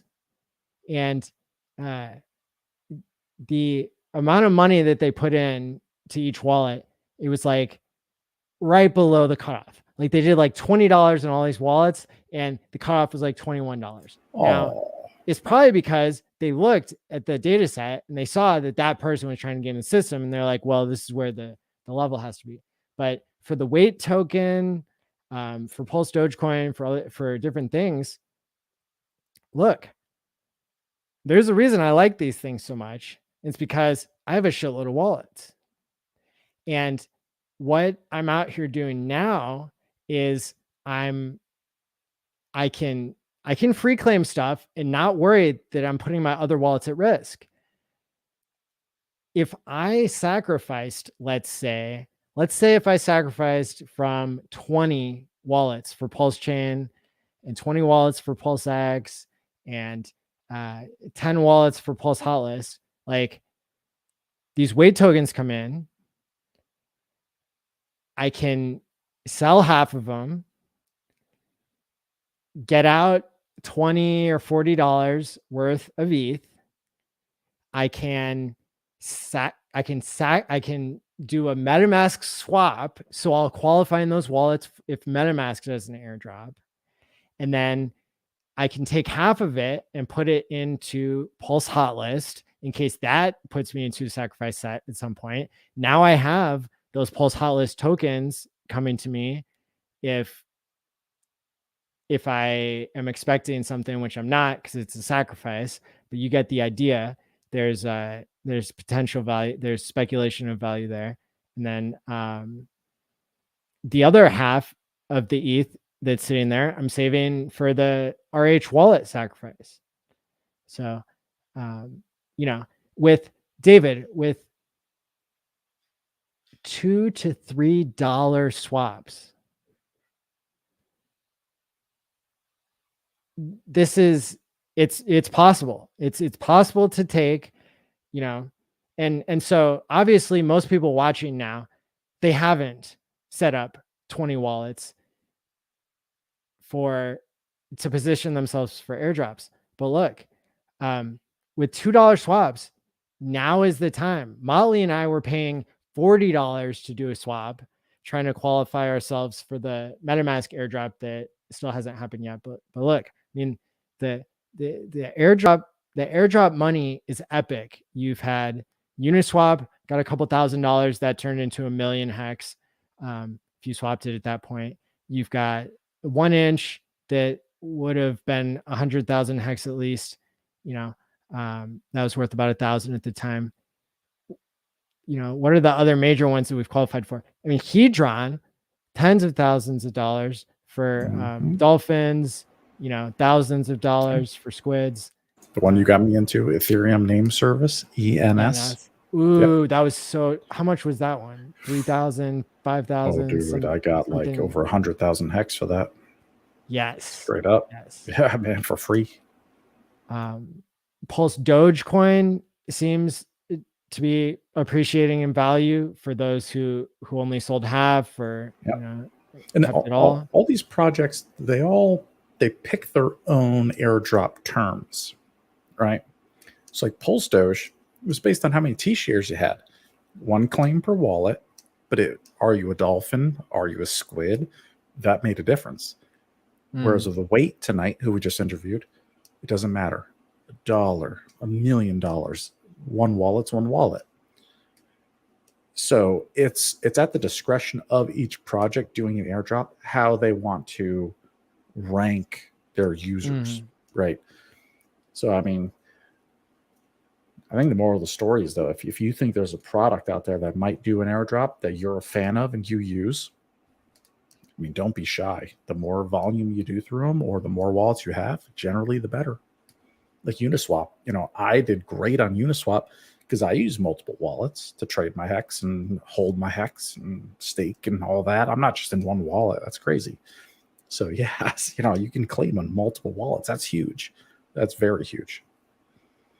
So, but it's at the discretion of each project to do as they see fit, right? Yeah, absolutely. And if people go to an extreme, then they might get cut out of the set. But if you're, you know, if you're keeping it kind of reasonable, I mean, the Wait people, they, you know, they said that they wanted to cut out people, but they decided not to, for whatever reason. So that's kind of relevant. The other thing that I'll share with people just as kind of an interesting option of kind of what I've done. Let me see here. So I've talked about these from time to time before, but this is what's called a cold storage coin. And, you know, Richard just pointed out on the Miss Teen Crypto stream why having these is a bad idea. He was talking about the ballet cards that are made by I met the dude at the Bitcoin conference, took a picture with him, Bobby Lee. He's a cool guy, but this is not where you put all your money. This is not where you you know, you don't want to trust somebody else making your private key. But look, you can get these for $20, and if you want to gift somebody $50, $100 worth of hex, this is really cool because you remove the sticker on the back, you load it into your own MetaMask, you import it, you stake the hex, you put the sticker back on, and you give it to them. Now they have a fireproof copy of a private key. They have something to hold. It's a 1 ounce coin, and they have something to hold on to. When they lose it 5 years down the line, you still have a copy loaded into your MetaMask, and so you can help manage the account. I gave these out to probably 30 or 50 people, and now I have a spreadsheet, and so I can go in and I can claim their Pulse Dogecoin. They don't have to do anything, And so just over time, they're going to be accumulating more and more free airdrops. I'm going to be managing them to some extent. And, there's going to be so many opportunities because of that kind of a setup where I don't have to call, it's too expensive for me to call 50 people to tell them to claim the Pulse Dogecoin. Like, these are people that they're no coiners. They're not ready. They'll learn someday. When the coin is enough to retire them, they'll be able to learn it then. But until then, I can manage it for them. If I'm gifting it to them, then you don't worry about the counterparty risk there. But in general, don't put your stuff on this type of a medium. But if it's a small enough amount of money, and personally, I know the founder of this company. The founder is the person who made the Bitcoin logo with the circuit board on it that has been used since like 2012 or something. Yeah. So I'm trusting that person has enough Bitcoin to not want to scam people, and maybe they'll prove me wrong, but at the end of the day, I'm not going to lose my whole stack to that. Yeah, it's a novelty for friends and family who are no coiners. Yeah. You load some crypto on it, you give it to them as a gift. That's awesome. Great. It's not their life savings. It's not millions of dollars. It's a gift. And I think they stopped selling it on their website to where they're just using Amazon as the distributor. But I know when they made that decision, they upgraded the tamper evident seal technology that they use. And so that's just an example of how they're, in my opinion, using pretty good practices. But I wouldn't buy from somebody on eBay. I wouldn't buy, but Amazon, yeah, it's one place you can get them. I don't see their website anymore, but that's and again, you're taking a risk, but it's it's worth it to not have to explain to 50 people. That would be a full-time job. And I guess I could have, and maybe people at home want to go into their Chrome browser, create new profiles to be able to install a fresh instance of MetaMask on each profile, and you can create 20 different Chrome profiles that each can install their own version of MetaMask. You write down the 12 seed words, and then you can gift that piece of paper to the person that you're wanting to gift the crypto to. Then you don't have to pay the $20 to have the coin, and you don't have to worry about the counterparty risk of somebody else printing your private key. And I'll even say what I personally do is hexsafe.win, which is run by Jexa from Liquid Loans, who's a longtime Hexkin. He's been a Hexkin longer than Liquid Loans has been around. The official website is bradshawknox.com, and Jexa in Australia sells stainless steel seed phrase plates, and they're blank, and they've got all the letters and numbers in it, and then you put your seed words on it with marker, and then you literally take out it comes with a metal punch tool, and you literally punch the code into the metal plates. I love them, and I use those for everybody, friends and family. Cool. Who I make them a little wallet, and be like, here you go, here's a Christmas gift. It's got $100 HEX on it, and I give them those plates, and I love them. So hexsafe.win, check that out if you want some stainless steel fireproof seed phrase plates. My friend's kid just lost her front tooth, so the tooth fairy gave some Pulse Dogecoin for that. Oh, what? Got Pulse Dogecoin for a tooth? Wow, best tooth fairy ever. Man, I used to get like a quarter. Jeez. Inflation, crypto. Pulse Dogecoin's like $3. That's nice. That's like a 6x. Yeah.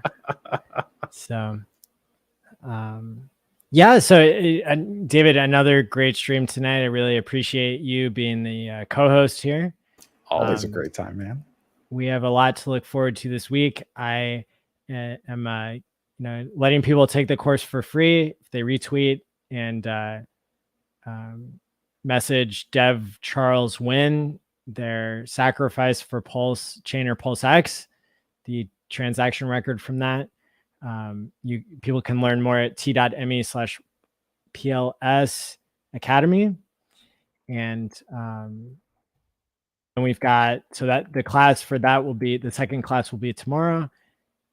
Then the next day, the Pulse conference starts. pulseconference.online is the website to go to. Yeah, so excited for the conference. It's going to be so much fun. Yeah. Let's see. The website for the conference is pulseconference.online. I'm dropping the link for that as well. So go ahead and get excited, get ready for that, share it out, let everybody know on Twitter, in your personal life, wherever you can find the people who want to learn about crypto. We're going to start with the basics and then really showcase the community and all the different voices. So and then next week on Game Theory Gang, we'll have Jack Levin. So very exciting. Hit the like and subscribe button. Go to David Feeder's YouTube right now in the description below. Follow him on Twitter and YouTube and anywhere you can find the real thing. And until next time, stake wisely, my friends, and peace out. Bye, Hexkins. See you later.